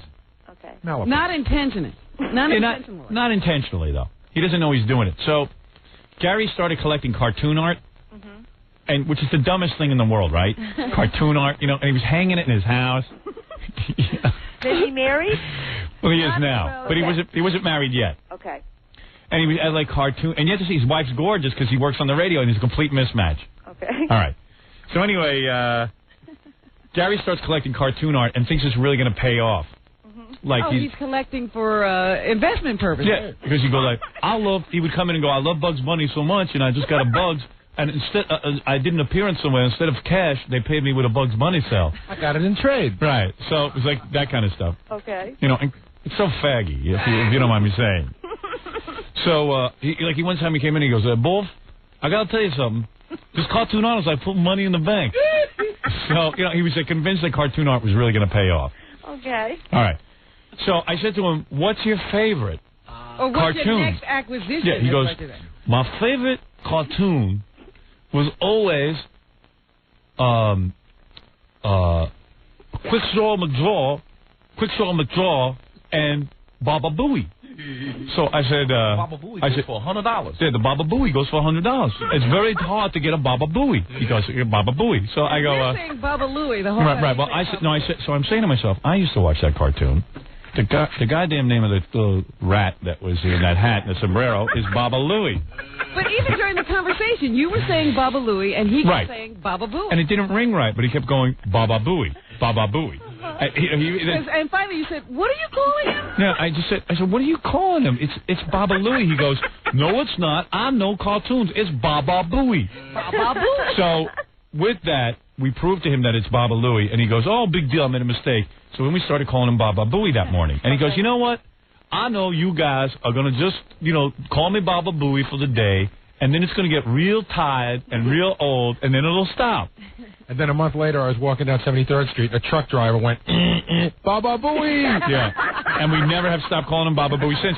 And then the word Baba Booey started to mutate. It became Fa-Fa Fooey, Gaga Gooey, Fla Fla Flowly. And there's a million of them. Play a couple of tapes of different Gary names, Fred. Mama Monkey, Rara Retard. Yeah, I don't know that. Well, actually, give them to me, Fred, because she can't hear him. Yeah, Sasa Smelly. Yeah, give them to me, because I can play them. Here, so here's some of the variations of Gary's name. Okay. I'll give them to you right now. But you really got to read Miss America. Okay. Right here. Kakakuli. All right, that's Kakakuli. Okay. Kakakuli. Kakakuli. All right, give me that. You got to hand it to me. There you go. All right, here's another variation. Fafafohi. Fafafohi. See? And you got to say it like that. Fafafohi. Fafafohi. There's just different ways of saying it. So whenever you hear anybody doing a variation on Baba Booey. Okay. That's scary. But you should also explain that it's sort of like the battle cry of the show because people No, it's not. People It's your make name. phony phone calls and yell it out. Battle cry of the show. Well, it is. Is that what you think it is? What does it mean when somebody yells, when Captain Jenks calls Larry King and yells Baba Booey? What does it mean? We're goofing on you. It means Gary. No, it means, Gary? yeah, it means we're goofing on Gary. That's what it means. What do you mean Baba battle cry? So anything with a Baba in front of it is Gary. Okay. All right? Now, Howard, you have 3 children. That's right. How old are they? I've got a 12-year-old. No, a 13-year-old. Oh, right, yeah. But I haven't been home in a year. You're blurring out their Yeah, right. Well, around 12. Okay. Now, here's another one. Dummy. All right. I've got a 13-year-old, a 10-year-old, and a 3-year-old. Oh. Yeah. Now, I'm father of the year. Now, who's Ralph? Oh, Ralph is a guy I know who does like hair and makeup and and clothes and all that And stuff. generally He's a stylist. hangs out. And just Now, hangs Ralph out. gay? He's not gay. He's like my Kato Kalin. Oh, okay. Yeah. Like he just hangs around. He really is Kato. Like if I was single, okay, like if I got a divorce, Yep. I would like get in a bachelor pad and Ralph would just. Has he ever asked to live in your pool house? He said he'd like to. Uh-huh. Really, I have a pool house, just like Kato, and Ralph would live there. He's not gay, but he acts like a fag. He does. He acts gay. He likes to plant that seed in people's minds until they think he's really gay. Then he gets mad. He doesn't. He's not uptight about it, but he's, as far as I can tell, he's not gay. Although he was molested by a priest. No. Yeah, when he was a little kid. Oh, Ralph. Yeah. Oh, Ralph. And Jackie is Jackie. Robin, I think you figured out who Robin is. Yep. And Now, is Jackie like obnoxious in person? Yes. Yes. Yes. Okay. All right. And his drinking makes him more belligerent. Gary, you going to clear that voice at all? I did. It's clear. I'm all set. You are not clear right now. Perfect. Hello. He doesn't hear it. There's still something on those vocal cords. Yeah, he doesn't even know when he's got crap on his vocal cords because he's fla fla flowing. So does it help you now? Now you got the show, ma'am? Yes, I got it. That's great. Yeah. What do you look like? Are you hot? Well, I mean, I wouldn't make you yak up a lung or anything. Right, but you're okay. I'm okay. And how old are you? 31. Or 30? What? Nothing. And you 31's and you not old. married? Yes, for 2 years. And you got kids? No kids. I'm a nanny, though. You're a nanny? Yeah, for my job. You're a white nanny? Yeah. Why, How do do you you- find that unusual? Yeah, it's very hard to find. A white nanny? It's very hard to find white people to raise No, their children. nannies aren't hard to find. It's white nannies. Are you a fatso? No. Nice body? Pretty decent. No. How tall and how much do you weigh? 5'8" and 3/4, Nice height. and I weigh 129. Oh, you got a good body. What's your measurement? I don't know. On the top measurement. What's your bra? Like a 36B? B. Yeah. What? That's real, Howard. This is Yeah, real life. Howard. I hate Not real a breasts. stripper. Every woman should get breast implants at 10. No. And grow into them. And grow into them. You sound like you're built like Fred. He's a B cup and he's 5'8". and he weighs 129. I'm a little taller, though. Are you? All right, we got to go. Thank you very All right, much. thank you. Bye-bye. That's Cheryl, who listens to us on WCCC in the great Hartford. Well, it was a pleasure talking to you. Pleasure, Cheryl. Thanks. Bye-bye. That's Cheryl. All right, I'll get to Jasmine next. I got to take a break though here, Baba Booey, and we'll be back right after these words. We'll be back with the Howard Stern Show. Don't go away. 97.1 The Eagle. 7:39 at the Eagle. This is Brad Baxter. It's 7:42 at 97.1 The Eagle. Connie Chung and Emery King, two TV news people at their best. Good morning. President Reagan is thinking about changing his itinerary for his trip to Asia next month, and that might include cancellation of his visit to the Philippines. Emery King is at the White House this morning. Emery, has the White House more or less set the stage to scrap the trip? Hey, how do I know, Connie? Okay. Oh, my God. I'm very sorry, Connie. Good morning. The White House has obviously kept a very close eye on the situation in the Philippines. This is the Howard Stern Show. Yeah. Hey. How's that, man? Who is that? Ice. Ice? I-E-Y-E-S. Eyes. That's nice guitar work. So many talented musicians out there that I say, why bother learning how to play the guitar? So many good ones out there already. Probably impossible to become a big rock star. Anyway, Jasmine St. Clair is here. She is a remarkable woman. First of all, she's a beautiful woman. Look at her pictures. Look at that, Robin. Look at the beautiful Jasmine St. Clair. That's her? That is her. And as you know, she came to us months ago because she was appearing in the movie The World's Biggest Gangbang 2, the sequel to The World's Biggest Gangbang. As you know, there was a very lovely Oriental girl who took on over... Yes, she was the star of The World's Biggest Gangbang. Yes. The first one, right? Yeah, the Oriental girl, and she took on 100-some-odd men. And Jasmine St. Clair, she wanted to break the record. Yeah, she wanted to break the record, so she needed a whole bunch of guys to go down and have sex with her. So here she is. We helped provide them. And we helped provide them. They got them from our audience. Here is Jasmine St. Clair. Hey, honey, you're looking good. Let me see what you're wearing. There's a little gold dress and big giant breasts. I can't hear you, sweetheart. I have a present for you today.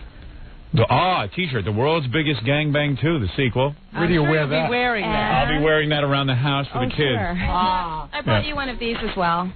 Oh, that's nice. Yeah, that's what I was just looking at. Your little flyer for The World's Biggest Gangbang. You must be proud. Your movie's about to hit the streets in what? When is it coming out? It comes out no sooner than October right now. That's the release date. Oh, it's not out yet. No, it's not out yet. It won't come out till October. I do have other movies out though. You do. But I see you can pre-order this video. We'll give a 1-800 number if any of our fans want to pre-order The World's Biggest Gangbang 2.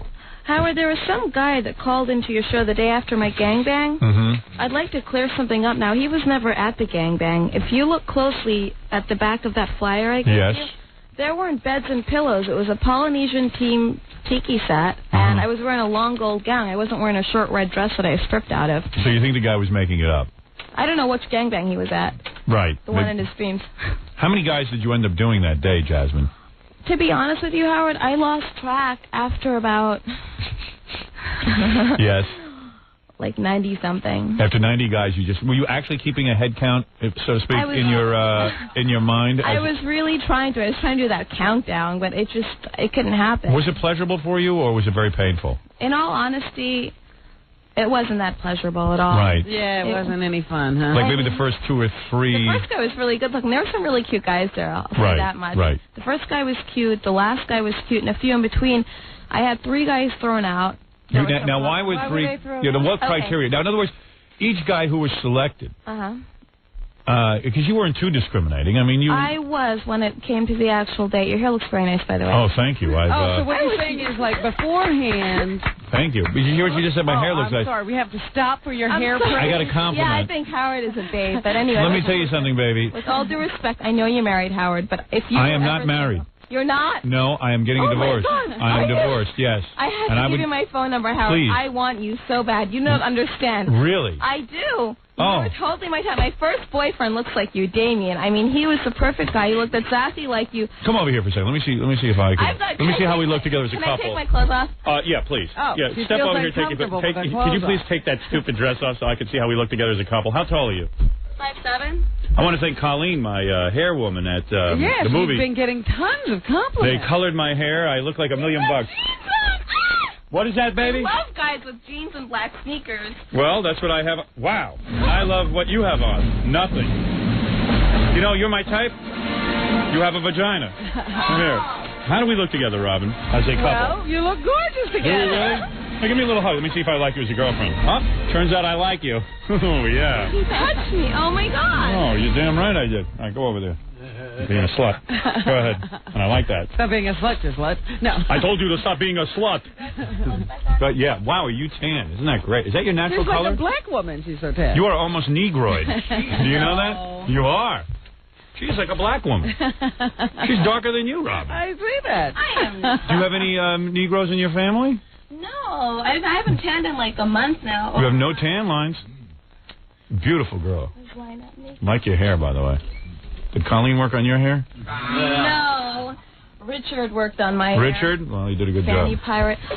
So. All right, anyway, so let's get back to your fascinating story. Let's get back to gangbang. Okay, there were certain criteria. Now, when you say you want to date me, though, I don't understand something. Is that because I'm on the radio and I have a powerful... nothing like that. No, it has nothing to do with it. I like So he people could for just who they give this are. all up and give all of his money to his wife.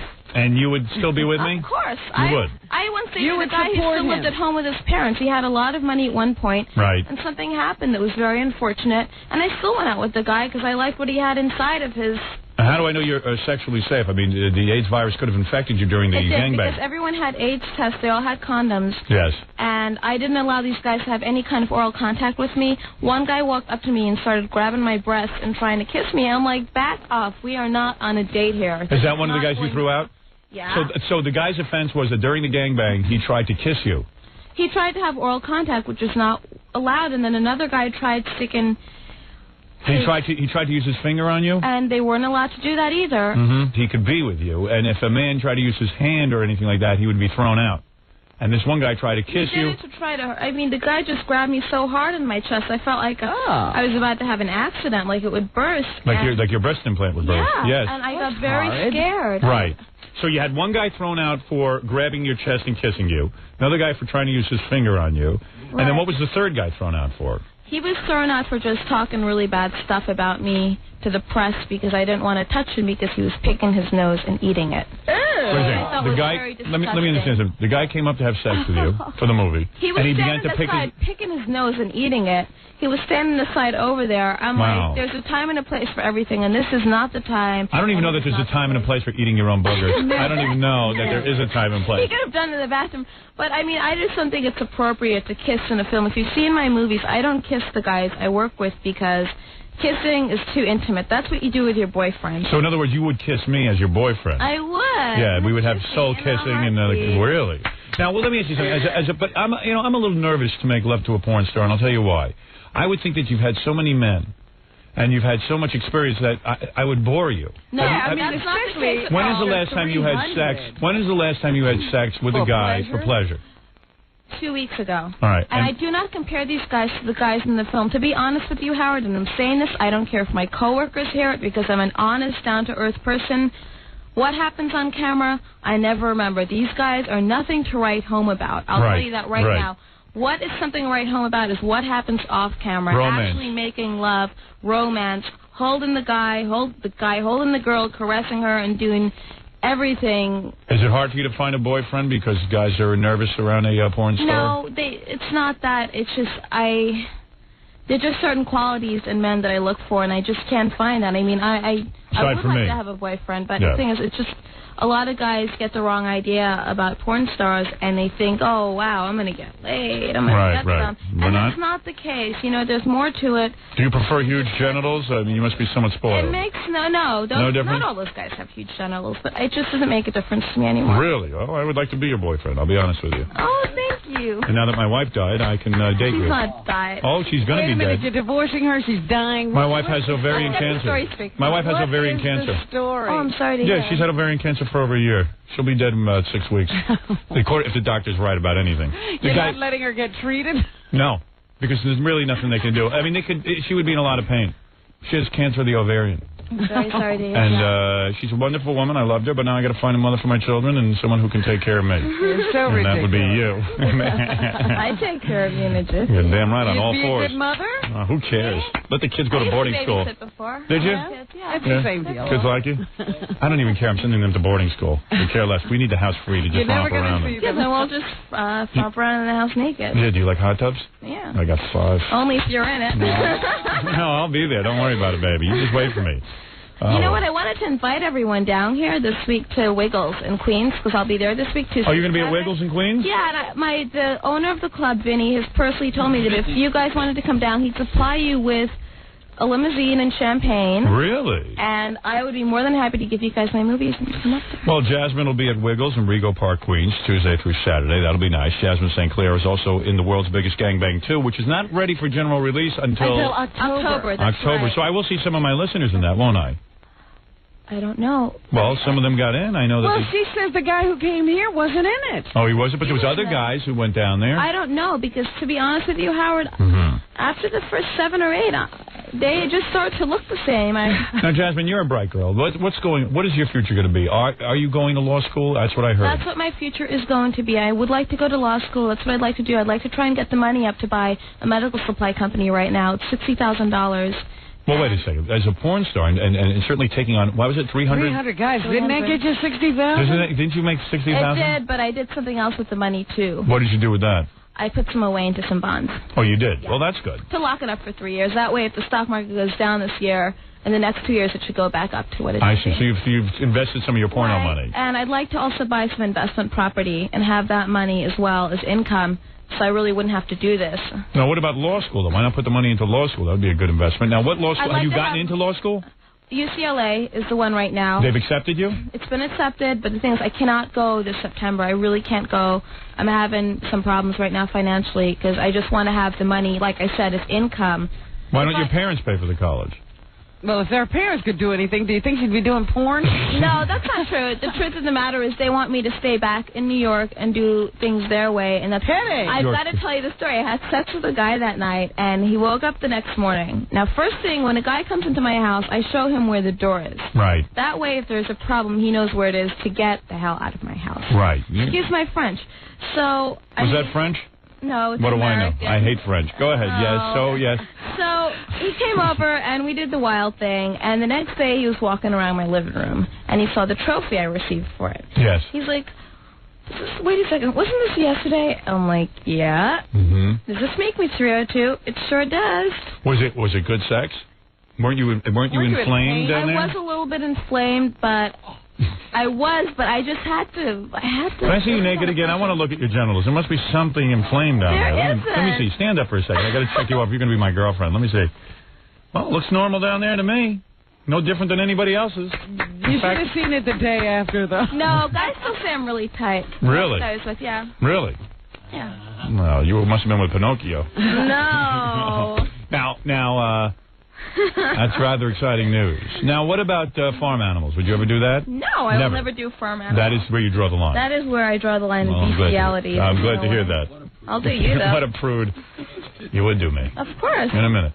Man, I could be having some fun. Let me tell you something. If you weren't married and there were no cameras there, or I don't care about the cameras. Yeah, I'm not married. Your genitals would be out of your pants right now, Howard. Really? I swear on my life. It's true. I hope it is. It is. Oh, I'm not married. So pull it out. I don't have anything to pull out. I don't care. Fully. He's so adorable. I'm so sorry. I am? Yeah. Oh, baby. Want to get spanked? Yeah. You like that? Only when my ear's getting pulled. I am still stuck back there at her parents want her to do things her way. No, or their way.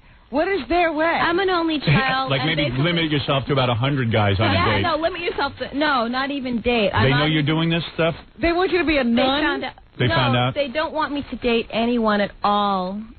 Yeah, that's a good idea. And no, they really don't. They never wanted me to, and they just never really wanted me to find happiness So you outside rebelled. of the family circle. Exactly, I rebelled. You rebelled by doing 300 guys on a I movie. just had a very strict upbringing. Did your parents, now your parents are aware of what you're doing? They don't. I kind of covered it up because this movie got the most publicity in adult film history. I mean, there were camera crews from Germany, England, everywhere, Austria. Right.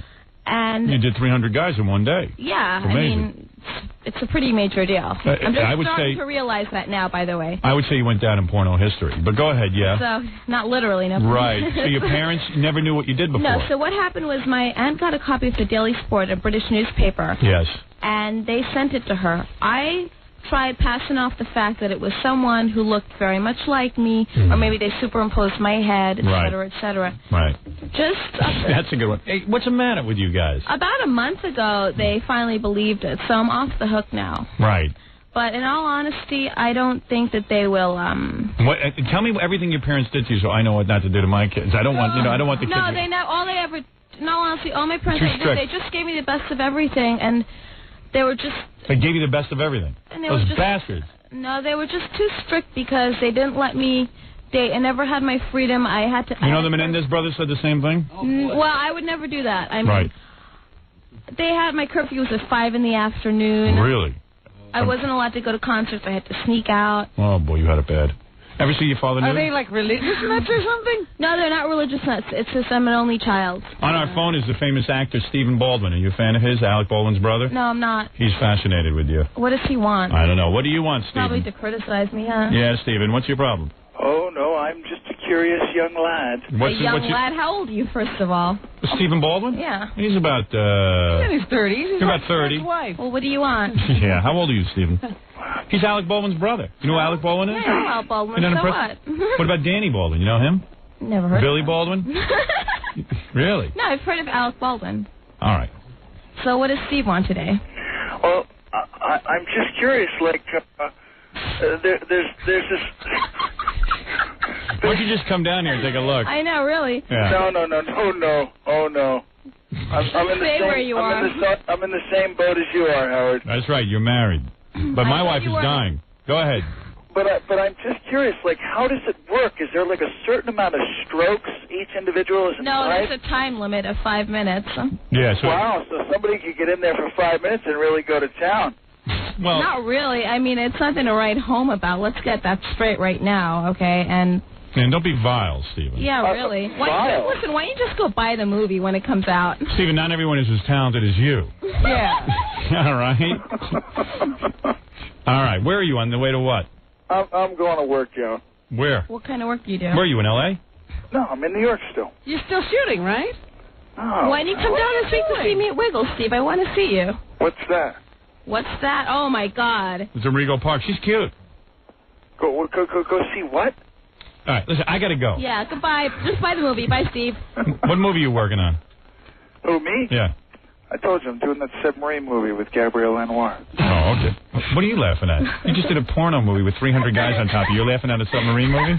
You had a Yeah, submarine. who would do a submarine movie? Yeah, who would do that? Who would do it? Actually, you know, speaking of stars, Arnold Schwarzenegger is supposedly a really big fan of this stuff. Is that right? And he called the day of the gangbang to someone over at Metro to see how it was going. I'd like to meet Arnie. You would like him. I'd like Marky Mark, actually. You like Marky Mark and Arnold Kinda, Schwarzenegger. yeah. Well, Stephen Baldwin looks like both those guys. Stephen, Yeah.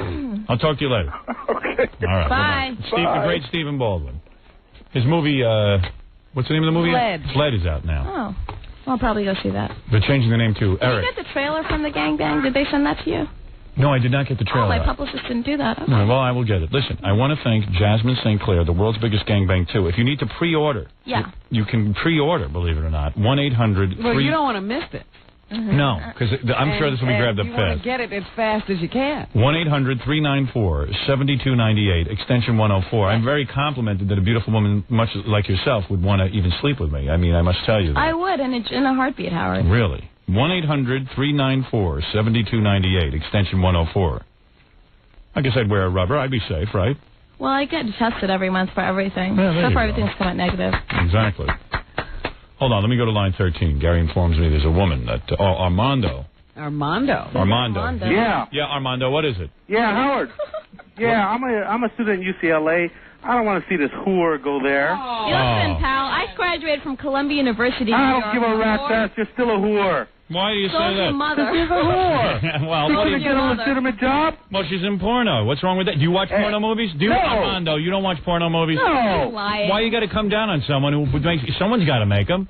Somebody's got to make them. Somebody doesn't have to make them. Listen, why don't you just butt out? It's not Why your don't you business. eat me, whore? I'd love to, but there's nothing there. So. I probably get a disease off you, my... All right, there you go. That's Armando. What?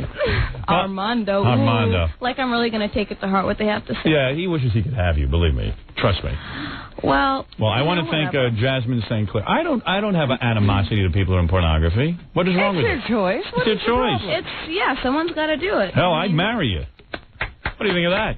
But you're I don't married. understand Armando's problem. Said my wife's almost dead. Armando does not have coochie every week, so he's Right. probably He's just gonna sexually get it. frustrated. But he seemed to be upset that she was thinking of going to UCLA. Well, that's deal with it. Get over it, okay? I'm going He there, doesn't and know that's what the the bottom other line. people who go to UCLA do. Some of them are probably high-class call girls. Yeah, to you find out never loud. know. Thank you. He probably works at McDonald's flipping hamburgers. And Jasmine will be at Wiggles in Rego Park, Queens, Tuesday through Saturday. That's right. What was your major in college? What college did you go to? Columbia University. No kidding. That's School of International Public Affairs. Really? You must have had a high grade point average. I graduated with a 3.7. Really? Yeah. My goodness. Whoa. Very impressive. There, Armando. Yeah. You know, I purchase my perfume every day at the airport. I go in there with a thick French accent because I speak French very well. You do? Yeah, and I just go to the duty-free shop with this thick French accent and purchase the perfume with it. So you've never even been anywhere? I have been. I smell you I from... meant when you go to purchase the perfume. You happen to smell pretty damn good. Thank you. Let me hear you purchase perfume in French. Okay, in French? Yes. What do you want me to say? Well, say whatever you say. Bonjour, comment ça va aujourd'hui? Ça coûte combien ça va? Oui. Ouais, Est-ce que tu ici peux c'est faire bon, meilleur? vraiment, on n'a pas, il n'y a pas de mal ici, quoi. Ici tout est bon, quoi. On vend les marchandises. Why is a Les patient guy on the radio? Okay. Patois. All right. I want to thank He doesn't Jasmine St. speak Clair. patois. The world's biggest gangbang 2 is available on video. And any French guys in the gangbang movie? There were some French guys. There was a German guy there as well, and English guys. There was everything. 1-800-394-7298, extension 104. Any blacks in there? Yeah. You don't like blacks? I'm not saying I don't like them. We all have I just don't like. I didn't want to work with black men in my film career, and they showed up there, and I just felt. Why, they too big? No, they're not too big. These guys were kind of small, actually. I just didn't get sexually turned on by a black male. Really? You weren't into white guys? Well, okay. Listen, nothing wrong with that. Everybody has their preference. You know, that's And all. it's nice to see a girl Like who... you like blondes. Right. It's nice to see a girl who just likes white men. you don't You see don't that find much. that very Yeah, often. right. That's all I like. All right. We're going to take a break. I want to thank Jasmine St. Clair again. But you dealt with it when it happened. What? You dealt with the black men when they Yeah, came. of course. It wasn't I was pretty horrible. nice to everyone. No, Right. It wasn't I horrible. wasn't going to die. Any Chinese? Yeah, and he wore shades the whole time, and one guy showed up with a black mask on. Really? I ripped the mask off his face, though. All right. Well, sounds like a pretty wild day. All right. We're going to take a break, and we'll be back right after these words. You're listening to The Howard Stern Show. Stay right there. 97.1 The Eagle. 8:05 at the Eagle. This is Brad Baxter. It's 8:10 at 97.1 The Eagle. We're back with The Howard Stern Show. Hey, Freddie, there's a guy on the phone who says he went to school with your wife. She's 35. You don't even know your own wife's age. Hey, who's this? Hi, good morning, Howard. It's Perry. Who is this? Perry. Hey, Perry. And you went to school with his wife? Certainly, Cardoza. I think I was a grade ahead of her, Right. and I'm almost 37. She's a very sweet girl, but I don't remember her being a genius and skipping a few grades. So, Fred, I don't think you know your wife's age even. Unless she's just a very loyal puppy, like you've always described them. You know what I'm saying? I don't know this guy. I can't comment. I think Fred's just very loyal to Allison, just like you've always described them, Howard. And what do you think? He's lying for her? Probably. I think it's the actress thing, you know, like she can't disclose her real age. Oh, I don't buy that. I think Fred really doesn't know her You age. really You would think have to she ask lied her. to him about her age? I don't know if she lied to him. I just don't think he knows her age. Well, why wouldn't he know her age? Because that's Fred. You know he's weird. He assumes his wife is 30. Exactly. That's how he wants to be married to a 30-year-old. So Because even Baba Booey says she's got to be 35. That's They were about the time, same, Gary's they were the right. same age. Fred, what's going on? You want to fess up? Do I want to fess up? Yeah. I know how old my wife is, and that's it. You know? That's it. What does that mean?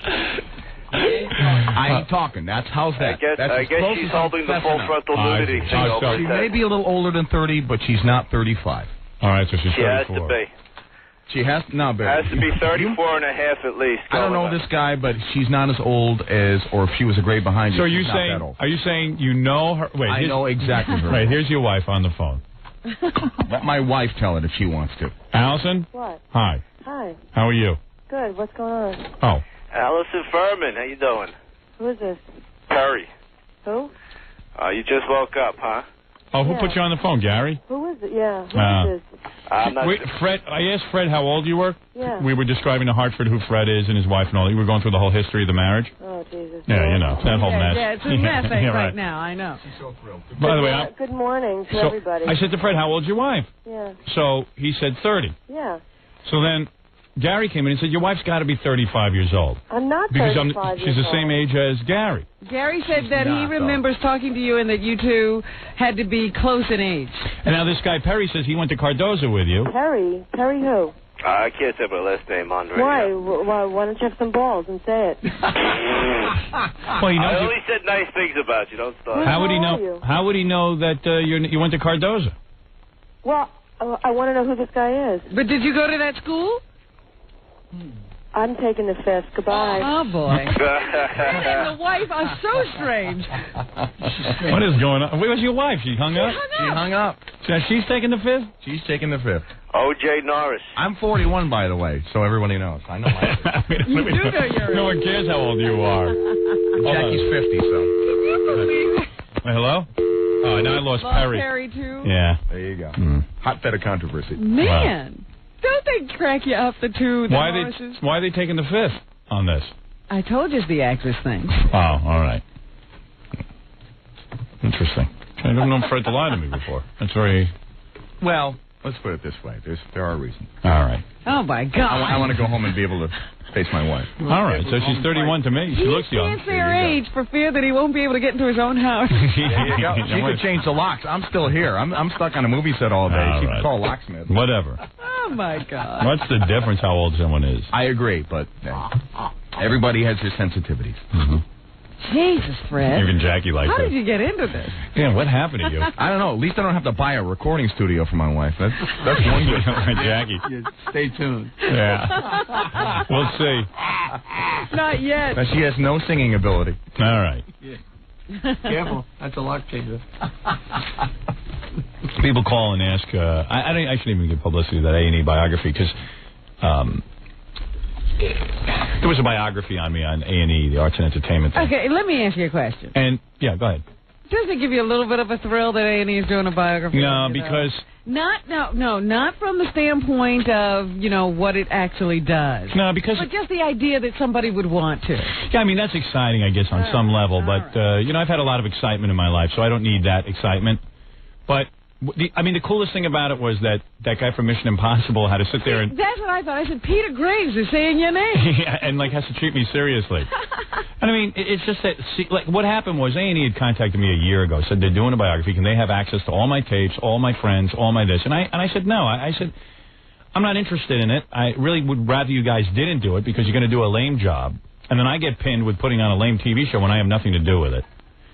And it wasn't particularly interesting. It was somewhat complimentary, but they also interviewed a lot of people who really have no idea what they're talking about in my life. I mean, the point is... And that didn't seem to stop them from sounding authoritative. It was rather bizarre. It was rather bizarre because... I was listening, I said, I can't remember having conversations with Howard about that. How does this guy know? Number one, they interviewed Dwight Douglas, right, who was a radio consultant, who got me, who was very nice to me in my career, and got me my job in Washington. He's the one who told me not to take the job in Detroit. Now he's telling me he put me in Detroit. He didn't. I applied for that job on my own. Dwight didn't want me to work there.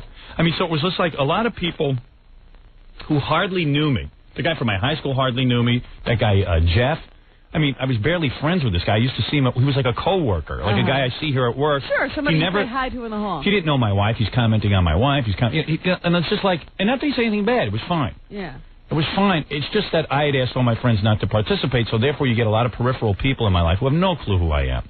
If I'm ever going to do a biography on myself, which I did in my book, I'm going to do in my movie, you're going to learn the truth, and you're also going to hear it from the horse's mouth. I've always been very honest.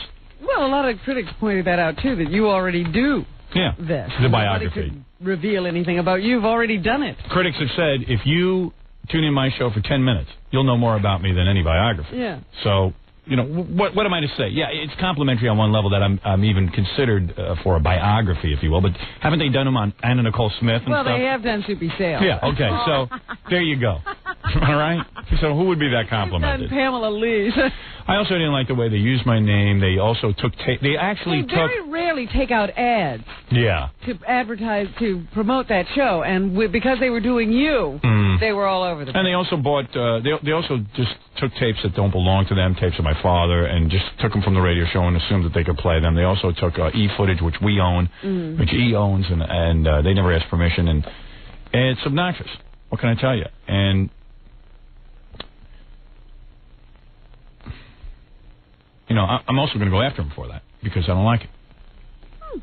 I mean, really, I said no. They asked me if they could have tapes. I said no, and they just used them anyway. So why ask me? What are you asking me for? I don't know. Just a grouchy bastard. I got it wasn't that it was all negative. It's just that I don't want anybody making a biography. I'll make my own goddamn biography. And also, it's like I don't want people to put me on front page of this. I'm trying to lay low till the movie comes out. And they're busy. But I have to say, the Daily News used a beautiful picture. They're great. Yeah, that's the one time they did. You're always griping about your picture. Daily News owns every bad picture of me and just continues to publish them. The New York Times, and then there was another run of bad pictures. New York Times had a picture of me. I looked like a mass murderer. Well, there were some pretty bad. But man, oh man, the one reason I don't want a biography is I don't want to look back on all those old looks. Yeah, right. Yeah, it's pretty frightening. Oof. Anyway, you want to do Caller of the Week? Yes. Okay, we haven't done that feature in a while. That makes us feel better. All right, we're about 3 weeks behind, so we got to get into it. This is Caller of the Week. What week are we doing? I think this is a month ago. And now it's time for the Academy Awards of Phone Callers, where listeners from the audience are rewarded with valuable prizes just for being smart enough to dial a telephone. All right. Well, I guess this is from the week that Morton Downey Jr. Had cancer. We found out about that. This is someone called in, I think, to yell at us or something about betting on Morton Downey Jr.'s cancer. Is Mort still alive? Yes, unfortunately. All right. We're all going to lose that bet. Well, he's angry at us now. I'm sorry to hear you have cancer and everything, but we're just trying to make a little money. I know you're trying to make money, but it's not actually, funny to have. No, it's not at all. Agree we agree with you 100%. I know, but then why are you doing it? We got carried away. Yeah, but I mean, it's kind of pissing me off. I bet you're pissing off a lot of other people. Yeah, that's the problem with this show. We get carried away, we piss everyone off. I know, but the thing is... You see my wife, she's always pissed off at this show. Yeah, but I mean, my wife left me because of this. You're kidding. No. Well, you should be pissed off at your wife, not me. I'm pissed off at my wife. Yeah, right, me too. Not right. Too. That's what, you put in all this time with these women, and then when you get sick, they leave. I hate them. They're all pigs. Right. Thank you. Well, not you, Robin. Yeah, not you. You're not a woman. I'm not a woman. I'm a unit. Right. Well, I don't get Where is she? She took off with another guy? No, I had testicular cancer. Oh, boy. Oh, well, no wonder she left. I had one testicle removed. Oh, that's no big deal. Yeah. Oh, you still got another one. Yeah, I know, but I mean... It's not like you're dying or something. Well, that's just it. It's spread to my lymph nodes, and it doesn't look very promising. Great. Another listener of mine. Oh, great. Eat in my face, right? No, I mean, great. I'm losing a listener. Why couldn't it be one of Rick D's listeners? You got to go ahead and chew your food right in front of me, right? I mean, you got to piss me off completely. He's not even concerned. You think he could stop eating. I didn't do it to piss you up. I was hungry. Unbelievable. I mean, that's how callous you are sometimes. It just gets me so... I know. I'm a really bad person. I've been telling you that. And you're laughing about it. Yeah, I'm a bad person. I don't get it. I don't either. To the show. I'm a faithful listener. You go ahead and you piss me off. Listen to CBS FM. What can I tell you? Oldies. Yeah, oldies. You know what? Cousin Brucey's a great guy. He never says anything to piss anyone. More compassionate. I am more compassionate. I'm telling you, your wife was a loser, and she wasn't a loser. She was a good woman. She's a loser. She left you. I know she left, but I mean, she's not a good woman. I can't even have an erection anymore. All right, so that's caller number one, our first nominee. Good one. This is a caller who... Wow. Good one. This is a caller who called in and complained about what Ralph was doing to my hair, and he argued with Ralph. He didn't like what Ralph was doing. Evidently, neither did I. That's why Colleen took over and Tony. All right, here we go. Harold, I can't believe the way he done your hair last night. I cut hair. I'm not knocking you, Harold. You're a hell of a guy. You do a good show. Thank you. But I'm going to tell you right now, if that's what that damn guy's got to do with your hair, cut it up looking all greasy. It looks like you've been drugged through a grease pit. Well, let me tell you something, Jim. You're not far off. I've been consulting with several people. I don't like the way I've been looking lately either. You're right. I do not like the way I've been looking. What's the take from? He cut your hair around there, and it was all scraggly looking, hanging off. I had the hair like you Ralph, why are you calling him a hick? I don't look good. You know what it is? My hair was real long. I looked good. And this new hairstyle where it's like up around my shoulders. Yeah. It isn't good. No, you said you wanted it that way. I did, but you shouldn't have let me do it. I got me so mad after that half a fag, I could give him a slap. I know, you're right. It's pitiful, man. Right there. You stupid redneck. You got your profile. Shut up, Ralph. No. You guys right. You know what it is? I'm redneck, and I'm proud of it. But you're probably all fag. You're probably all fag. You probably run over non-white. Ralph, is this where you fight with one of the listeners? Please spare me. How are you going to talk? You have a fag. I'll fly up there and give you a hell of a slap. Right. Right across your lip, or right across your CS. You know what that is, don't you? No, I don't. Yeah, I don't know gay lingo like you. All right, Ralph, you can leave. You're annoying me. Jesus Christ. Ooh, he was good, too. Yeah, that guy was great. I wonder who's going to win Caller of the Week. What is your CS? I think it's the last word is sucker. I thought so, too, but I wasn't sure. And the C stands for form of genitals on a man. That was my guess. All right, our next nominee is Ian the Drunk. He's been on the show before. He argues with me about my comments on obsessive-compulsive disorder. This is Ian the Drunk, our next nominee for Caller of the Week. Yes, Drunk, what do you want? Okay, I wanted to tell you that your story about your own obsessive-compulsive story was your own story. Don't you understand that possibly you cannot advise anybody? Stupid. Did I just say that you don't have any education? You don't have any. You have nothing. What do you know about it? What do you know about it? I don't know because thank you mean God because I'm not a medical doctor? I can't tell people my story and my cure. God, I was never a victim of that. Yeah, you're a victim of your own abuse. You drunk. But what is he addicted to now? Because all you did was tell me so hard. What are you so uptight about? I just told my story. Because you somehow trying to somehow like the guy who called you to somehow make him feel like you have the answer, but you don't. Did you ever? I have the answer for me, you jackass. Yes, and he was saying that's what I wanted to tell you. He wanted to know what I did. I told him. Exactly what I wanted to tell you. You stupid, filthy drunk. I'm sorry. Well, thank you, Ian. You big piece of garbage. You ever hear of Sir Isaac Newton? What? What? Who's Sir Isaac Newton?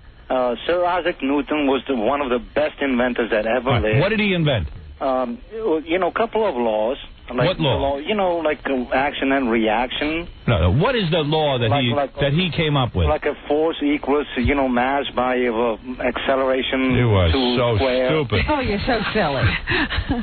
Well, that was his silly question. I'm answering Sir Isaac Newton. Who is Sir Isaac Newton? Isn't that the one with the apple fell on his head? Did an apple fall on his head? He came up with the three basic laws of the stupid jackass. He's talking about Einstein. I know. He doesn't know what he's talking about. So Isaac Newton had an apple fall on his head. And he says, you know what? There's gravity. And you know everyone laughed at him? Well, in your because he wasn't a medical doctor, you drunk. Well, there you go. Oh, man. I get scared when I listen to old phone calls. All right, and finally, for the fourth Caller of the Week, this is our fourth nominee. This is a guy who screamed at Special K. Remember Special K? The guy who was taking the cat drink? No. Special K was the woman who has sex with all different kinds of guys. Oh, her. I forgot. She'll have sex with anybody. She even gave sex to Crackhead Bob. I want to ask Crackhead Bob, is he ever going to see her again? I don't know. But anyway, this guy called up to yell at Special K that she should be charged with murder. Yeah, is this the dumbest woman on the planet? I mean, is she the biggest moron on TV? She should be arrested for attempted murder. Are the taxpayers going to have to pay for her when she comes down with AIDS? You know what the hospital stay for an AIDS patient is over the course of the treatment? How much? I have no idea, but I bet it's astronomical. It's pretty large. I bet it's astronomical. She ought to be arrested for attempted murder out there. She's an idiot. absolute idiot. Now, Special K, do you get a lot of women yelling at you like this? No. Well, she doesn't go around blabbing. Yeah, it doesn't matter. Women yelling, men yelling. You know, you take it a step further. You look at the situation for the medical care for these people who get AIDS. I mean, now you say you're very careful, right, Special K? Very careful. Condoms don't necessarily So Crackhead work. Bob is going to need to wear a condom. I go to infectious training all the time. You go to infectious training all the time. What? Infectious diseases training. I know. You actually train for this? No. You learn about infectious diseases. Well, Howard. Yes. Okay, you have had a lot of morons on, but I think this one takes the cake. All right. Well, there you go. I think you had a lot of morons on, but this one takes the cake. We've had tons of morons. In fact, we're morons. We know that. All right, let me open up the envelope and see who won. Now, is it going to be the Morton Downey? Is it going to be Ralph and the Hillbilly? Is it going to be Ian the Drunk? Is it going to be Special K? Man, this is tough. Who is it? Hurry, I think. 1 second. This envelope has a lot of glue on it. Fred and his wife. They weren't even. Wait, No, they weren't nominated that week. That was a different nomination. That was for Looney Call of the Day. Wait a second. Let me get the Caller of the Week. A whole history of it. Oops. Oh, my. Have you found the bottom yet? The winner is the Hillbilly who called Ralph with the hair. I was hoping. Yeah, he was good. Half a fag. Half a fag. Half a fag, I'll slap you in your CS. In your CS. Well, there you go. Well, that's Caller of the Week. We love to reward our Callers of the Week, except none of them can prove that it was really them, so we never give them any prizes. And it works out for us because we don't have any prizes. All right, we'll be back after this. We'll return to the Howard Stern Show after these messages. 97.1 The Eagle. 8:28 at The Eagle. This is Brad Baxter. It's 8:31 at 97.1 The Eagle. The Howard Stern Show. Hey, Gary, get Crackhead Bob on the phone. Crackhead, where are you? I don't think he's awake yet. Yeah. Where are you? What? Now I can hear you. Where are you? Oh, I was sleeping. No, well, come here. Talk into the microphone. I mean, talk into the telephone. Yeah. All right. Hey, Bob, what's up? What's going on? I'm selling. Okay. Is Crackhead Bob kind of clear right now? He just said, what's going on? Yeah. Yeah, he has no idea. This isn't Crackhead Bob. Is this Crackhead Bob? No. Yeah. No, it's not. No. Wait a minute. Who is it? Is this Crackhead Bob? Bob Harvey. No, it's not. No, it's Crackhead Bob. Yeah. He sounded a little clear for a second. Yeah, he's much too clear. That'd be great. Yeah, that we were goofed on all. Yeah, right. I thought you guys were goofing on me. Cured? Yeah, trust me. If he's ever cured, it's the end of his whole run with us. Ah, come on. Hey, Crackhead. Okay. What? No, that's not him. It is him. We do know better than you. Crackhead, this girl wants to go out with you, and she's a model. Model? Yeah. I'm standing here completely naked, too. You're naked? I'm naked right now. Oh. She wants to go out with you, man. Okay. You want to come down here Friday, and I'll get her down here? Tomorrow? No, Friday. Tomorrow. Tomorrow. No, not tomorrow. Friday. Friday.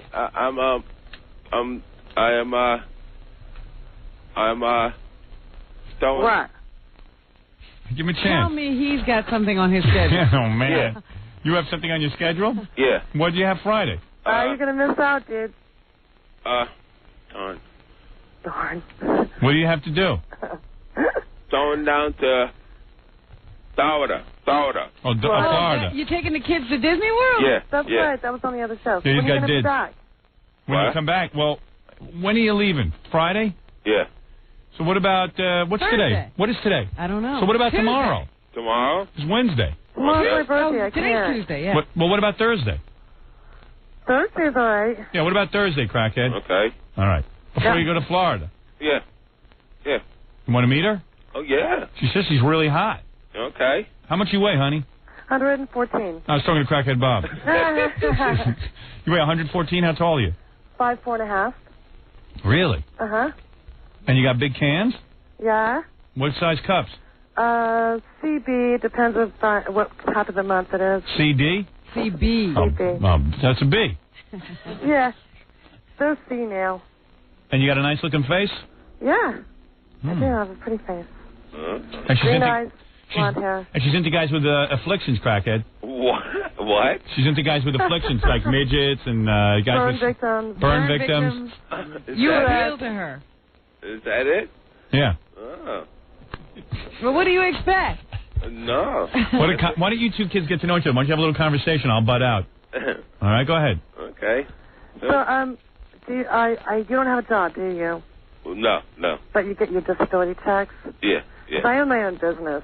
Okay. And I need somebody that can, equally financially, hang out. Oh, that's okay with me. Yeah? Yeah. So, and you have a shaved head? What? You shave your head? Yeah.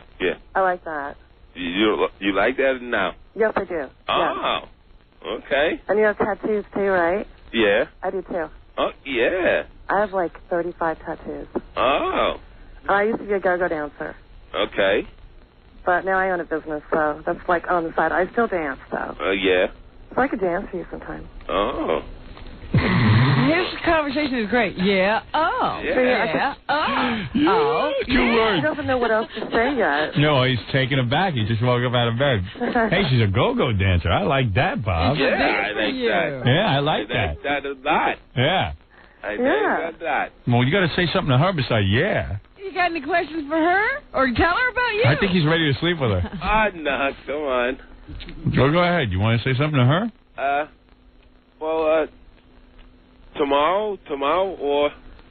Tomorrow? No, Thursday. Thursday. Okay. Let me talk to Gary after this. Yeah. Because maybe next week would be better. Oh, come on. After he gets back. Let's strike while the iron's hot. Because I have to find somebody to work for me. So what? It's a big deal. Any idiot can sell clothes. Yeah, I'll find it. It's not like you're going to be here all day. It's early in the morning. Yeah, I mean, any idiot can sell clothes. I have to come all the way from Philly. Yeah, big deal. Limo for me? That's so far. No limo, but I'll get you a train fare. You suck. What do you mean I suck? What do you think I am, Rockefeller? Pretty close. I'll send a helicopter. How's that? All right. All right, we could get you probably some sort of car to drive you down. All right. Don't you think, Robin? Hey, Chiasano.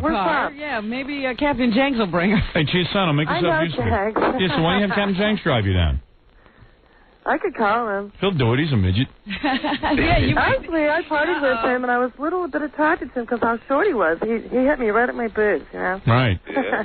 He punched you in the boobs? That's why I like midgets, because they're just the right size. Yeah, for what? Bowling? Figure it out. If she comes up with Jenks, she might hit it off with him. Right. Not be into crackhead Bob by the time she does it. Yeah. All right, so Gary, I'll put these two lovebirds on the phone. What? Tom has graciously agreed we could bring you up on Amtrak, and Tom will send, we can pay for a car from the station back and Does forth. Tom know who I am? Yeah, you're the woman we want to bring on the dial-a-date. No, he already knows me. Tom knows you? No, she's talking about Tom, Jenks. Captain Jenks. Oh. Not This Tom is Chiasano. But would it be okay if you came Wait, Chiasano's a real high roller. He's going to pay for the Amtrak? Metroliner. Really? Well, the Metroliner's probably faster. It's only like an hour. It's an hour and 10 minutes on the Metroliner. Yeah, so you get on, and then we'll pick you up at the thing. Right. And you'll meet Crackhead Bob down here. And then maybe you guys have some sex. Well, we'll talk about it. Yeah, I mean, you can talk about a relationship. I'm not that easy, Howard. You're actually looking for a relationship. Well, I know I'm clean. I just went to the gynecologist yesterday. And we know Bob's clean because he just can't get anybody. Yeah. Bob, are you looking for a relationship? We've never established that. Do you want a relationship or you just want to play the field? I don't know. I think he's trying now that he's a big star. I think he'll do whatever she says. I think he will, too. Bob, you're an emotional cripple, aren't you? Oh, yeah. All right, so there you go. He needs help. I heard. What? I heard he's quick. Is he? Yes. Well, you would be too, getting laid in 7 years. Come on, give him a break. That's it. Right. All right, so Crackhead Bob, you're up for this, right?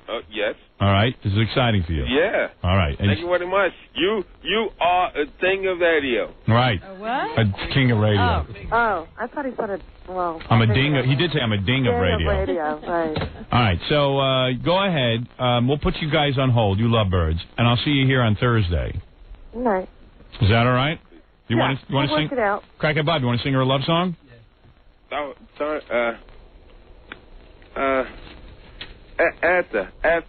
After the date? Yeah. Come on, Crackhead Bob. Hey, I got tape of Crackhead Bob singing at the movie the other day. At the thing? Here, listen to this. I got Crackhead Bob up on stage when we were shooting over at Bryant Park for the movie, and a lot of our fans came down and stuff, and AC/DC was there. I brought Crackhead Bob up on stage, And he was singing his heart out. I mean, I'd never seen him sing in front of a crowd. He's better in front of a crowd. I think so. Bob, you were fantastic. Yeah? Yeah, here it is. Listen to this. Here we go. Okay. Ladies and gentlemen, Crackhead Bob is here. Crackhead Bob, what song would you like to do for the crowd? Don't stop. What was that? Don't stop. I don't know what that is. I love you. I love you. I love you. I think it was Michelle Maybell. It was. Was that Michelle Maybell? That's my name. Is it Michelle? Yeah. Well, he was singing to you. Crackhead, were you singing Michelle Maybell? I think so. Is that the Beatles song? No, really, was that it? Are you there, Crackhead? Yeah. What are you doing to the phone? He's got his face on the pillow. Did you get your face in the pillow? No. He's already making out with it. No, come on. All right, here we go. And then he kept singing. Wait. What he said. What he said. What about some Van Halen?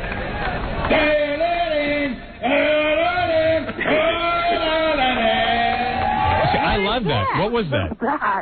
What was that? That was Van Halen? What was that, Crackhead? Darling, tell darling. Wait a minute. Were you just singing the name of the band? No, I think he was singing the My Three Sons theme. No,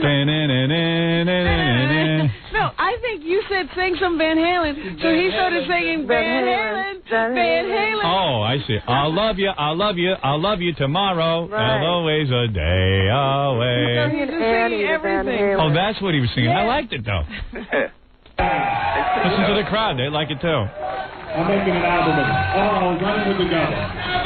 Now he's doing Running with the Devil. It's truly amazing. Running with the Devil. This is going to be hard. Well, I can run with the devil. All right, so why don't you guys, I'll put you on hold, and then we can set you up. Come in Thursday, because I want to do it Thursday. I'm too anxious to see all this. Okay. All right, hold on. What are you going to wear? Howard. What are you going to wear? I don't know yet. I mean, Crackhead Bob. I don't know.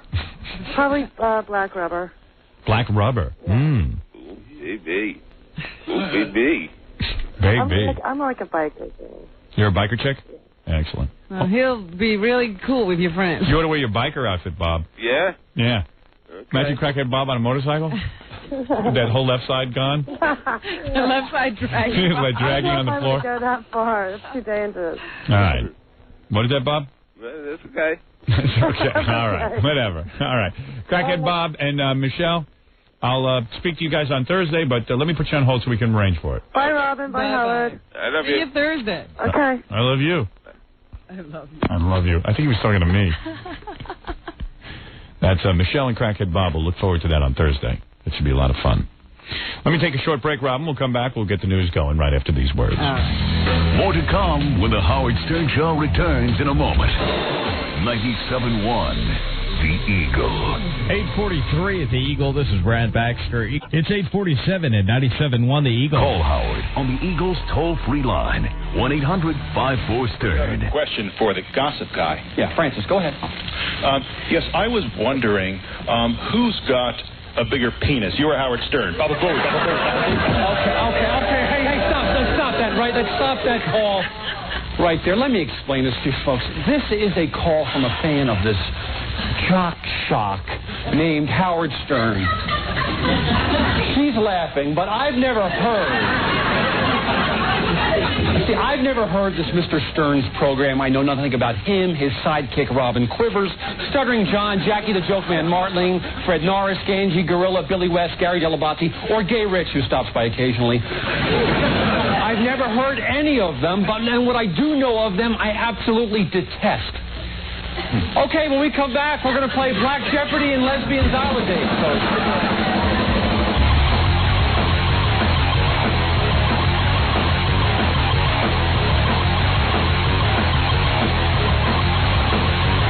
What is this? Yeah, what is this? Oh, it's me? I'm back? Oh, great. I love being back. So happy to be back. Happy to be anywhere, quite frankly. God, there were so many people on the phone today, but I just can't get to all of them. People calling me up about Olympics, and a lot of people had questions for me on the phone about the Olympics. What? A lot of people had questions for me on the phone about the Olympics. Oh, really? Yeah. But you don't have to scream. You know, there's so many people who call in here spotting you on your horse. Really? Yeah, evidently, you ride by on your horse and you wave to everybody. You're not a snob. They call me. But it's some scene. I mean, you know. I feel like I'm on parade. Some guy called Gary the other day and said, I just saw Robin riding down the street and she's waving to people on the horse. I'm not waving. And Gary goes, how do you know it's Robin? He goes, well, first of all, he says, how many black people are riding around on a horse with long braids? With long braids and riding jumpers. And evidently you ride around in a whole riding outfit. You have to wear a helmet, Howard. Yeah, but you wear also... I wear boots and I wear pants and I wear a T-shirt usually. I heard you wear the jacket, the riding jacket. No, I do not. Really? No. Why don't you just wear some jeans? Because you can't get on the horse in jeans. Really? Why? Because jeans are stiff. Don't cowboys wear jeans? They have to wear, break them in, I suppose, so that they... I'd wear pants. What's the difference? You wear very sheer pants on the horse. Sheer? Well, you wear like a stretch pant. They're tight, if that's what you mean. They're not sheer. I just think that the motion of the horse rubbing against your crotch is very, there's a lot of contact there because you just hardly wear pants. No, they're thick. I don't look that thick to me. You've never touched them. Okay. Say what you will. All day. All right. Okay. All right. All day. It's okay.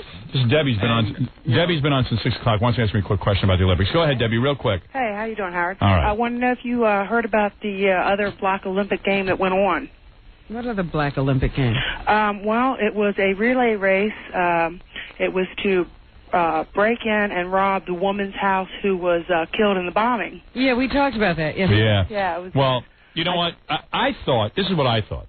I thought after they had the bombing at the Olympics, that coincidentally that the woman's house, the woman who was blown up, right.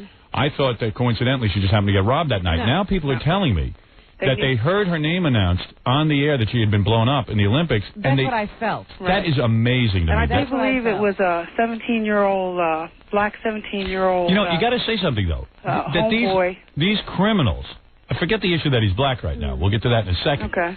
The fact that these criminals are so smart that they can think of something that fast. I hear a name on a television that someone who's blown up. Imagine the mind that says, I'll go over there and rob that goddamn house. Right. I mean, that's an amazing... It's got to be the quickest thought process in the world. I bet you they didn't live far from the house. Right, but the kid's got to be brilliant is what I'm saying. That's a crackhead mind. They know they're not going to get caught that easy. And, the scores haven't come in yet, but I do believe it was a 17-year-old black crackhead that took the gold from the home. Well, listen, the fact that there's more black-on-black crime is very sad. Oh, yeah. But what are you going to do? That's not my issue. But I've been raving about that for years. I say, you keep these people in the community, they're going to rob you. Well, we used to say that we always thought it was odd how all of these families know that their sons and daughters are thieves and robbing and doing carjackings. Right, well, as long as they're not robbing themselves. You know? Right, and they never, and when the cops come, they go, the cops are bad, we're not turning our people in. But so expect that to happen. Right. Of course, you harbor criminals in your community. I had talked to you a while ago. I live in Manassas. And I don't know if you remember the woman calling 911. And the woman called her back because she said the niggers were coming into her home. Oh, yeah. Do you remember that? Yeah. It's gotten really bad out here. I mean... Was that 911 call? Help me, the niggers are coming into my house. The 911 operator called back and said that wasn't very nice. Yeah, can you imagine? I mean, are you sending people? Does that mean you're not going to send cops? Niggers are breaking. I want to spread something really quick. You should call them African Americans as they're breaking. You got to figure out that a lot of the 911 operators are black and they don't want to hear that the niggers are breaking into the house. Do you care at that point? Yeah. I mean, I don't really care what you're calling the marauders who are coming over the window. Oh, my God. Oh, that's an unbelievable story. That's funny. Real quick, I want to say, Robin, you're a beautiful black woman. Thank you. Power to you. Thank you. You're welcome, Howard. Howard, I would give you oral sex like a dying queer. Well, thank you. And Fred, I was 33 when I went to bed last night. I am now 28. Thank you very much. Thank you, Debbie. Okay. Bye-bye. She's great. And quickly, this is Virginia. She has a question about the Olympics. Go ahead, Virginia. Hello, how you doing? Robin Howard. Hi. I want to go ahead and read a psychological profile that I've done on who I believe did the bombing at the Olympics and the TWA. Is his name Eric? Huh? Is his name Eric Norris? Well, let's guess after we hear the profile. All right, quickly, because I got to get to news and I got to go make a movie. I'm going to read it, so don't interrupt me. Go ahead. Okay. I would like to address the FBI and the media with a possibility concerning the recent bombing in Centennial Center at the Olympics. I have a very intuitive nature backed by an extensive study of the human psyche. Oh, shut up. You're killing me. You're killing me. Okay, I'll What's the profile? Okay, wait a minute. Let me get to it. My first assessment on Saturday of the Olympic bombing was that it was not what we would normally quantify as terrorism, that it was an act of a person or possibly a group of people that had an ongoing discord with the Olympic Committee or with their own performance or lack of performance. Can you just put it in your own words? No, because this is the first time I've... All right, go read it on some other show. Call the FBI. Maybe they'll entertain you. I don't want to hear anybody reading on my show. First of all, reading is boring. Unless you're James Earl Jones and you got a kick-ass delivery, I don't want to hear it. Good evening. Good evening. I'm a new psychological profiler. If you'd had James Earl Jones read it, maybe it would have worked. Yeah, some guy's driving in his car. He's just trying to get to work. You don't want to hear some wacky broad just reading some things. And she just has an intuitive nature. Nobody's ever paid her to do this before. Now she's got a profile. A psychopath. All right, Robin, let's get to some news. Yesterday we had one of the Olympic... Olympic? I was about to go another way. And it came out all jumbled. Yeah, it happens to me all the time. We had one of the Olympic competitors on the phone. Yes, his name was Donnie. Scott, is it Donnie or Donnie? Scott Donnie. You're right. I forget. Donnie. Scott Donnie. Right. Well, you don't have to remember that name. He bombed out? He came in fourth. Shucks. In the springboard. He didn't sound very motivated. I told you, it sounded weird to me when he said, I've already got a silver, so it's okay. Yeah. I said, if you're starting out the morning that way, right, I don't think you'll end up with a gold medal by that evening. No kidding. Did you watch him? I didn't get to see him because he came on late. That wasn't until after 10 or something that they had the springboard competition. Yeah, too bad. But the gold medal was won by one of those Chinese guys. I knew it. I told you. Yeah. Those Chinese were diving like maniacs. We should get him on the phone tomorrow and ask him what the hell he did wrong. See how he's feeling. Yeah. You know, like, what's this going to mean now? Are you going back on the booze and the drugs? Hey, Gary, get Scott Donnie on the phone for tomorrow. Ask him how come he let the Chinese win. Chinese. He claimed he could dive just as well. Godless communists. But the Chinese beat him. Too bad. Well, there's an update for you. That's the guy we know. You know, I haven't moved my bowels in like 3 days. I wouldn't know that, Howard. Why would I know that? I'm telling you. I mean, seriously, I think it's because I spend all that time in the trailer and I'm not comfortable moving my bowels there. That could be it. I would never do that. Can you imagine? Oh, Jackie said he moved his bowels in the trailer, but But he would do it anyway. Yeah, right. He moved his bowels in the street. What?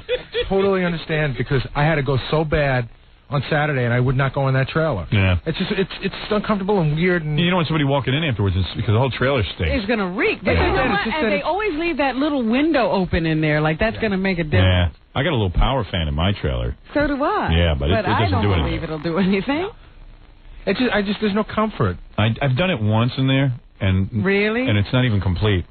Well, see, what I think is that little thing you're doing it on, too, is very shallow. Yeah, sometimes you can't help it, but, I mean, it's like you got to go, but I, for the most part, will not go in there, and I haven't gone in 3 days. So I think I'm pretty backed up. I mean, if you get irritable. If you get up to a couple more days, you start to get into like a dangerous area. You start to have to go to the hospital. I might have to get a hycolonic. I'm you impacted. might have to do what? Remember the guy who put the hose? Yeah, and blew out his rectum. Yeah, no, really. I think after 5 is like a dangerous area. You know, it's 3 days, going on 3 days now. I haven't moved my bowels. And you don't feel like if you had to go right now, would you? I feel a little irritable. I do. I feel a little. Well, I hope you don't get what they call impacted. I hope I do. What would happen? Then they have to excavate. Manually? Now all of a sudden I feel like I have to go. No, because I know somebody who went 7 days. Really? And it was bad. How you think it would be totally embarrassing just to have to go to a doctor and show him your genitals? You never want that to happen. Really? And they have to pull it out of you? Yeah. Really? With their hand? Yeah. Oh, there's a job. The king of all media, really up on all fours. Yeah. We're going to pull something out of you right now. So give him birth. Imagine you need so much help going to the bathroom. You don't want people living who. Yeah, I would have to have the doctor killed because I don't want him. I don't want to have the information out. Because he's going to be discussing that over dinner. Yeah, that sucks. What else is in the news, Robin? Since we're talking about the Olympics, we might as well talk about what's going on in Atlanta. Slowly but surely, the public is retaking Centennial Olympic Park in Atlanta. The gates open today to the public. That's where the bomb went off on the weekend. Mm-hmm. And people began filing in single file. Officials are trying to keep the flow controlled and steady, and they're hoping that a lot of people will show up today, actually, because they're going to hold a memorial service for the people who were killed or injured in the park over the weekend. Interesting. They say that they expected a lot of people to show up because they want, or they feel that Americans would want to show any attempted terrorists that we cannot be stopped, that we will continue to live our lives and be our usual free selves, no matter what they try to do. Well, today, security is doubled, and officials have told visitors to be ready to have their bags checked on a random basis. So there you go. Yeah, it's weird. Atlanta's police chief says that she's satisfied the officers properly handled the 911 call warning that a bomb was in Centennial Olympic Park. They seem to feel that the reaction time was slow. But according to experts, they did handle it properly because the person who called with the warning didn't give specific details, such as the location of the bomb or the type of bomb, etc. Well, in Speed, Keanu Reeves responded within 10 minutes to the bombing that Dennis Hopper was going to do. And, oh, that's where you get your information? Yeah, and I feel in comparison to that, they were a little slow. Keanu was right down the elevator shaft within 3 minutes. Well, I'm sorry. Him and the goofy guy from Dumb and Dumber. That's a movie. Yeah, well. Not real life. Yeah. What can I say? Meanwhile, they say as a result or since the bombing occurred, there have been tons of bomb threats issued across the country to various events, various cities. It seems to be a whole wave of people calling. Isn't that weird? And saying they've planted a bomb. Isn't that weird? Like they haven't planted a bomb, but they just want to get in on it somehow? Right, and so they just call. It's weird. We have such a screwed up country. People are so stupid. So I don't know why that is, but hoax bomb threats are keeping authorities busy across the country. Since Saturday's bombing at Centennial Olympic Park in Atlanta, the New York Police Department has responded to a rash of calls. Really? Yeah. God damn it, what's wrong with people? In Pennsylvania alone, buildings in 3 different parts of the state were evacuated yesterday because of bomb threats or suspicious-looking packages. Similar incidents have been reported in Washington, D.C., New Jersey, Seattle, and Albuquerque, New Mexico. I hope I moved my bowels today. Oh, geez. I feel something going on. Ever since you told me that if a bowel becomes impacted, you have to have a doctor remove it. I'm feeling some activity in that area. Well, I'm glad I'm helping you in something. Just want to give you an update. What? It's like a stirring. Yeah, I feel a stirring. All of a sudden, like when she said that, I went, Well, I was trying to help. Everything loosened up. Super. Rather than have you face that, I would warn you first. I don't like to move my bowels before. You see, I usually move my bowels right after the show. Like I go home and I move them. Yeah, but you haven't been home in months. I haven't been home in months. And the thing is that I don't like to move them before a scene because, they dress me and sometimes they even give me like, fake underwear. Be able to have showered before you've done something? Well, I'd like to go and then shower. I don't want to put on movie clothes, especially movie underwear, after I've just gone, because I always, for some reason, I don't clean up back there all that good, and then there's always some skid activity. So I don't want the movie people to see that. So. Oh, you're always taking off your underwear? Well, sometimes I am. Like yesterday, I wore stunt underwear for that scene. I had to wear like different underwear. Yeah. Thank you. So you can see what happens. Then I clam up back there because I don't want to go. Right. I want to be fresh back there for my scenes. So, and then by the time night rolls around, I'm so tired I just go to sleep. There's just no time to move my bowels. I've eliminated that activity from my daily routine. Yes, but it hasn't eliminated its, your intestines is still doing what it's supposed to. Oh, yeah. And when I finally go, it's never going to fit in that little tiny trailer bathroom. That's why I was talking about the shallowness. I see. I don't know what you're going to do. I don't know. I might have to dig a hole. Yeah, go into a latrine. Anyway, go ahead. I didn't mean to interrupt with that bulletin.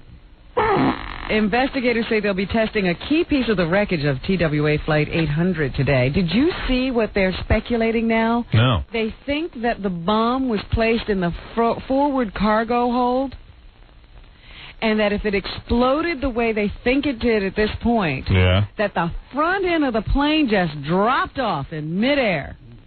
And that the people were... And then the plane kept flying for a little while with no pilots, nothing up there. And the people were probably alive. I don't know. They didn't speculate on whether these people were alive or not, but can you imagine if you were? Do you think they were sucked out of the plane? Because once the front is off, don't you get sucked out? Well, they weren't that high. But it's moving forward. But it's moving forward, so what's your point? First of all, that the pressure wouldn't have been that great. Yeah, so you're saying that they were literally... Of all, they were moving forward. So what you're trying to paint is a picture of the people on the plane being... people right. sitting there looking at the front end of a plane disappear. Oh, my God. That's the worst, I think.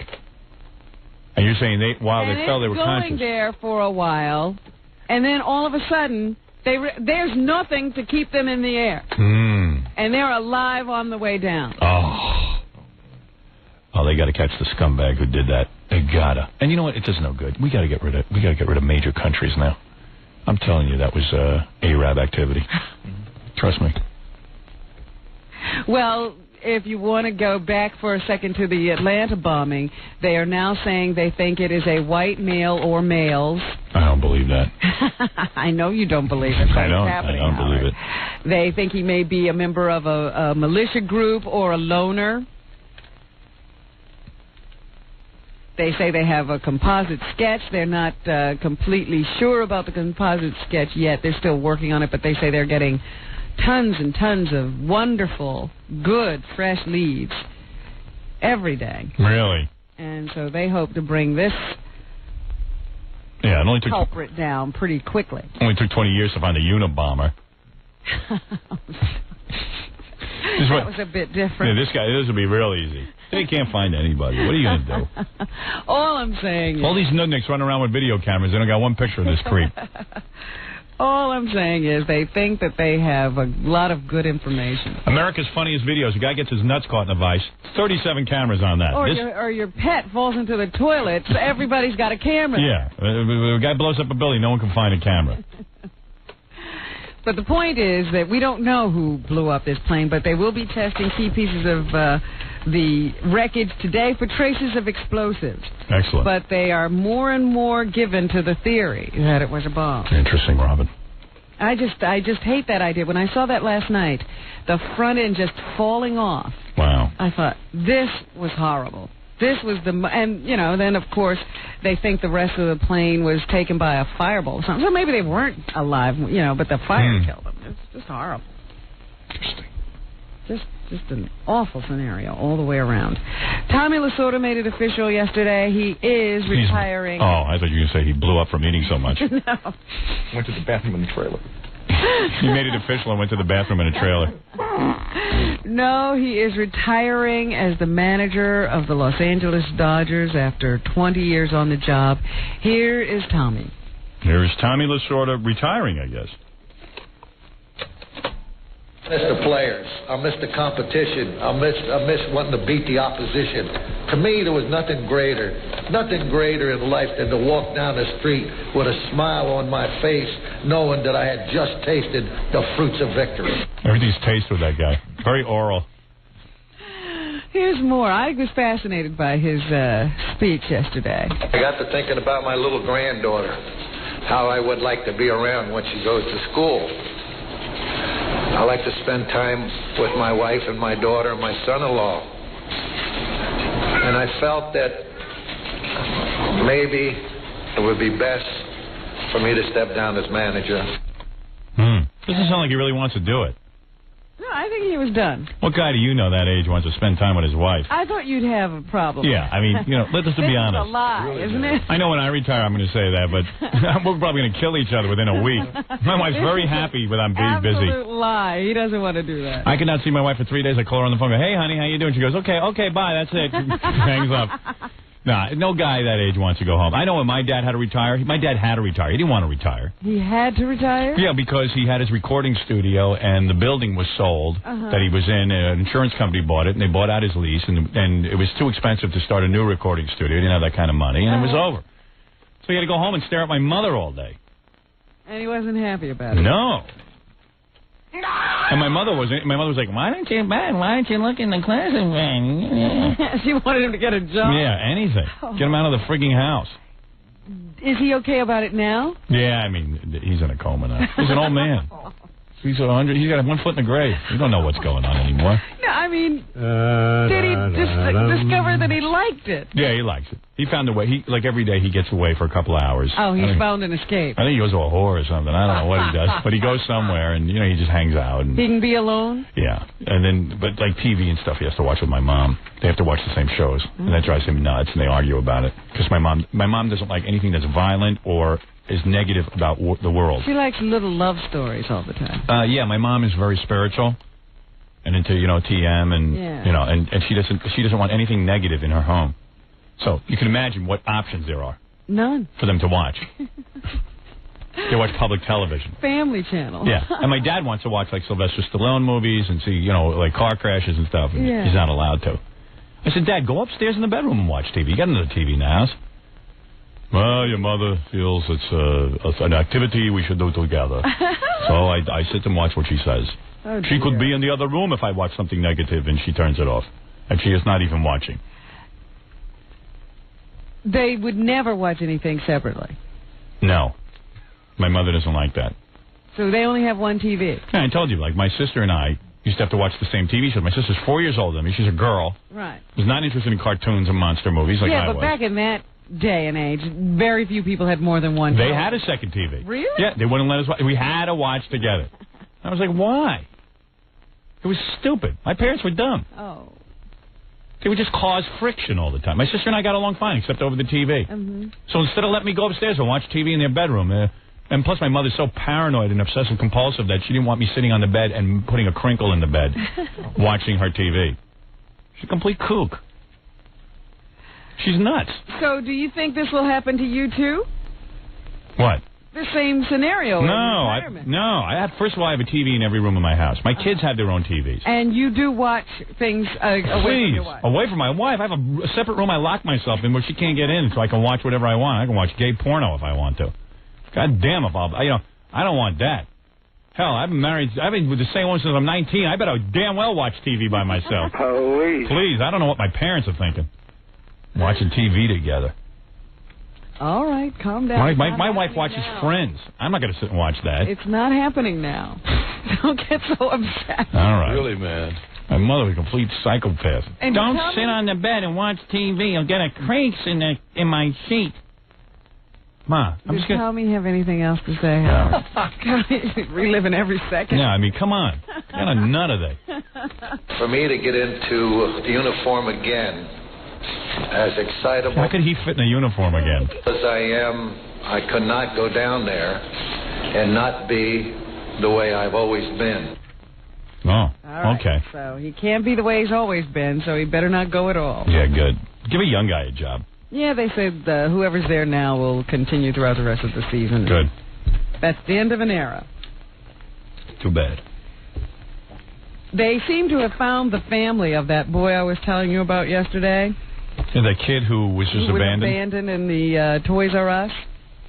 It turns out that his mother was in a relationship with a man, and he decided he couldn't take care of the both of them, the mother and the son. Right. So she, I guess, brought her son to New York, took him to a Toys R Us, and left him there. Yeah. Later, she returned to South Carolina where she lives, and she was telling the relatives there that he was living with his father's family. Yeah. And they said they didn't believe her, but they never reported their suspicions to police because she always had this excuse every time they showed up about where the boy was. So they seem to think they have now found his relatives. And it was a case of just being abandoned. His mother is a teenage mother. She had this young boy when she was 14 years old. So he's had a number of families over the course of time. He's lived in a number of places, so no wonder he couldn't tell anybody very much about himself. And he should be very well adjusted by the time he becomes an adult. They say he's a very polite and pleasant young man, but not real emotional. So. Yeah, devoid of emotion. Like fine. Yeah.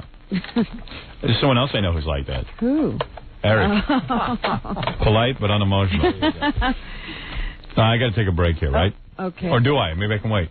I got to take a break. We'll be back with more news right after this. And we'll wrap it up. Right. You're listening to The Howard Stern Show.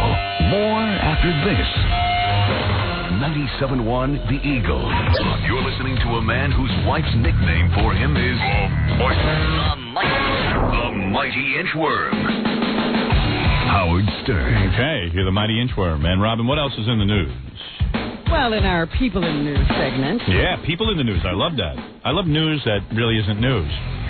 Robert Downey Jr. was in court again yesterday, and the judge at the Malibu Municipal Court gave him a life sentence. No. Decided that if he stays in a locked rehab. Okay. They don't know what to do with this guy. With round-the-clock supervision, then he won't have to go to jail. Yeah, that's called a trailer on a movie set. They lock you in and you can't leave. He's already in that. No wonder he's doing heroin. If he leaves this facility that they're saying that he can go to without it, he will then lose his $25,000 bail, and he'll sit in jail.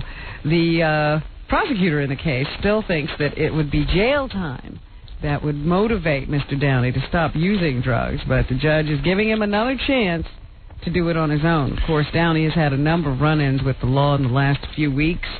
He was stopped driving at a very high speed and was found to be in possession of drugs. A few weeks later, he was found passed out in a neighbor's home in which he didn't belong. And then he walked away from a rehab facility that he had admitted himself to. Right.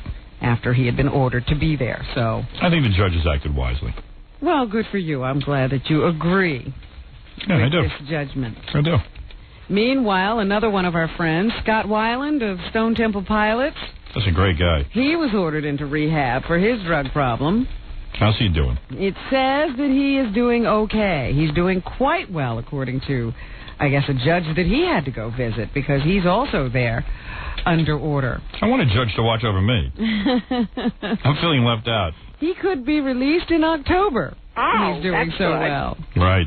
That's a long time away. October, don't sound like he's doing too good.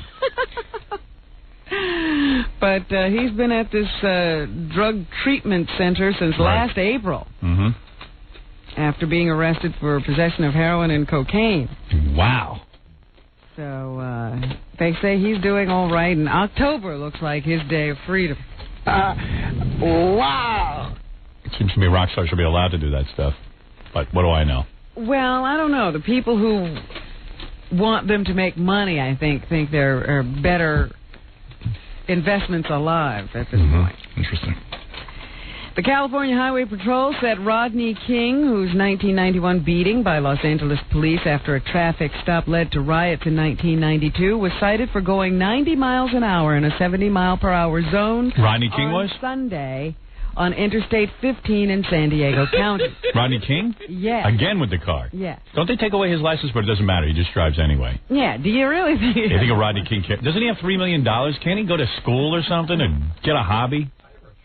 Yeah, hire a chauffeur. After you get $3 million, why go to school? Yeah. Guess there's no motivation there. He was very cordial, they say. No problems. He knows how to act, and the cops know how to act with him. So they do the tango. King has had other run-ins with police. He pleaded no contest to drunken driving in 1994 and was convicted of a misdemeanor hit-and-run in 1995. Well, there you go. So there's the Rodney King traffic saga continuing. The police should have beat him harder. I told you that to begin with. They should have turned off that camera, that bastard. Who took that Still picture? hasn't stopped driving. I want to find the guy who took that picture. Oh, What does man. he have to say for himself now? Cops of the LAPD, God bless you. There were a number of gold medal winners at the Olympics yesterday, not the least of which was Shannon Miller. She is the most decorated American female gymnast in history, but she never had an individual gold to her credit until last night when she won the first gold medal in the balance beam. Is that the one who was limping and stuff? No, Oh. that girl had to pull out of the floor exercise because she can't do anything on that leg. Oh, her parents should have forced her to do it. They should have just whipped her and shot her up full of Demerol and got her out there. What's wrong with her parents? I don't know. Maybe they've slacked off since she won that team gold. Yeah, don't the parents want her to be famous? Maybe she's already made because everyone knows her name now. She Okay. doesn't have to do anything. Yeah, I guess That's her what parents wanted. Yeah, I admire parents who take these little midget kids and put them into this freak show circus in the Olympics, and then even though they're injured, let them go on. Yeah. I admire that. If they were running away to the circus, it's healthy. People would say that was wrong. Right. But this is just the same. This is the Olympics. Here's Shannon Miller. Okay. Isn't this the little girl who fell on her head, cracked it open, and her parents said, "Go ahead, honey, go for the goal"? No? Not her. Different one, okay. She's just had tons of injuries and surgeries. And good. She's 19 and an old woman because of all the surgeries she's had. It's good to do that to your child so they can collect a $7 piece of gold. And have arthritis at 30. Yeah. 30, 20. Fantastic. Anytime it's good to be the best at something, and that's what we all are out there working for, and it's great to finally achieve it. Sounds like a munchkin. I was going to say, every one of these girls sounds like they should be in The Wizard of Oz. Yeah, well, because their bodies are all screwed up. Yeah. All right, anyway. Michael Johnson also won, I think he won the 400 meter. That's right. I guess. Race yesterday. I don't even know what a meter is. I just know inches and yards. I wish they would just call it what it is. I know he's competing in both the 400 and the 200, and I think this was the 400 he won for yesterday. How much am that in feet? The meters. He's apparently, you were talking about how, these guys are only known every 4 years when the Olympics come around. Mm-hmm. But he apparently is very well known in Europe. Oh, is he? A lot of these track and field stars are huge stars in Europe. Track and like field David Hasselhoff. It seems, get a lot more play in Europe than they do here in the United States. So they say, he can't walk around anywhere in Europe and not be mobbed. Really? But, of course, he could come here and nobody would know who he was. Europe is messed until up. now. Right. He's the guy who runs with the gold shoes. And this was a dream come true for him, even though he did not break a world record last night. Here is Michael Johnson. I felt like this could be my only and last chance to win an Olympic gold medal in the 400 meters, so I went out there to win the gold medal, and so I'm happy with my performance. Fred, how many feet is a meter? I think a meter is like less than a foot, but I don't know how much. All I know is... I know a meter is definitely less than a foot. When I was like in 6th grade, they had our teacher came in one day and said, listen, the United States has decided that all of Europe uses the metric system. And you guys are going to have to learn how to convert feet and inches into centimeters, meters, and all that crap. The metric system. So we all said, okay. Wait a minute. A meter is more than a yard, though. Is it? Yeah, a meter is more than a yard. Well, Benson and Hedges was a silly millimeter longer. Right. So whatever that means. And so they started teaching it to us. I know I had no comprehension. We were all morons. Every kid in the United States is an idiot. None of us could get it. None of us. To our inches. Yeah, we just. And I said, what's the point, man? Let them convert. And you know what? It never worked. They never could convert us to the metric system. We're still on our system. Yeah, he goes over in Europe. It's 460 kilometers. Eat me. Suckle me. God bless America in inches.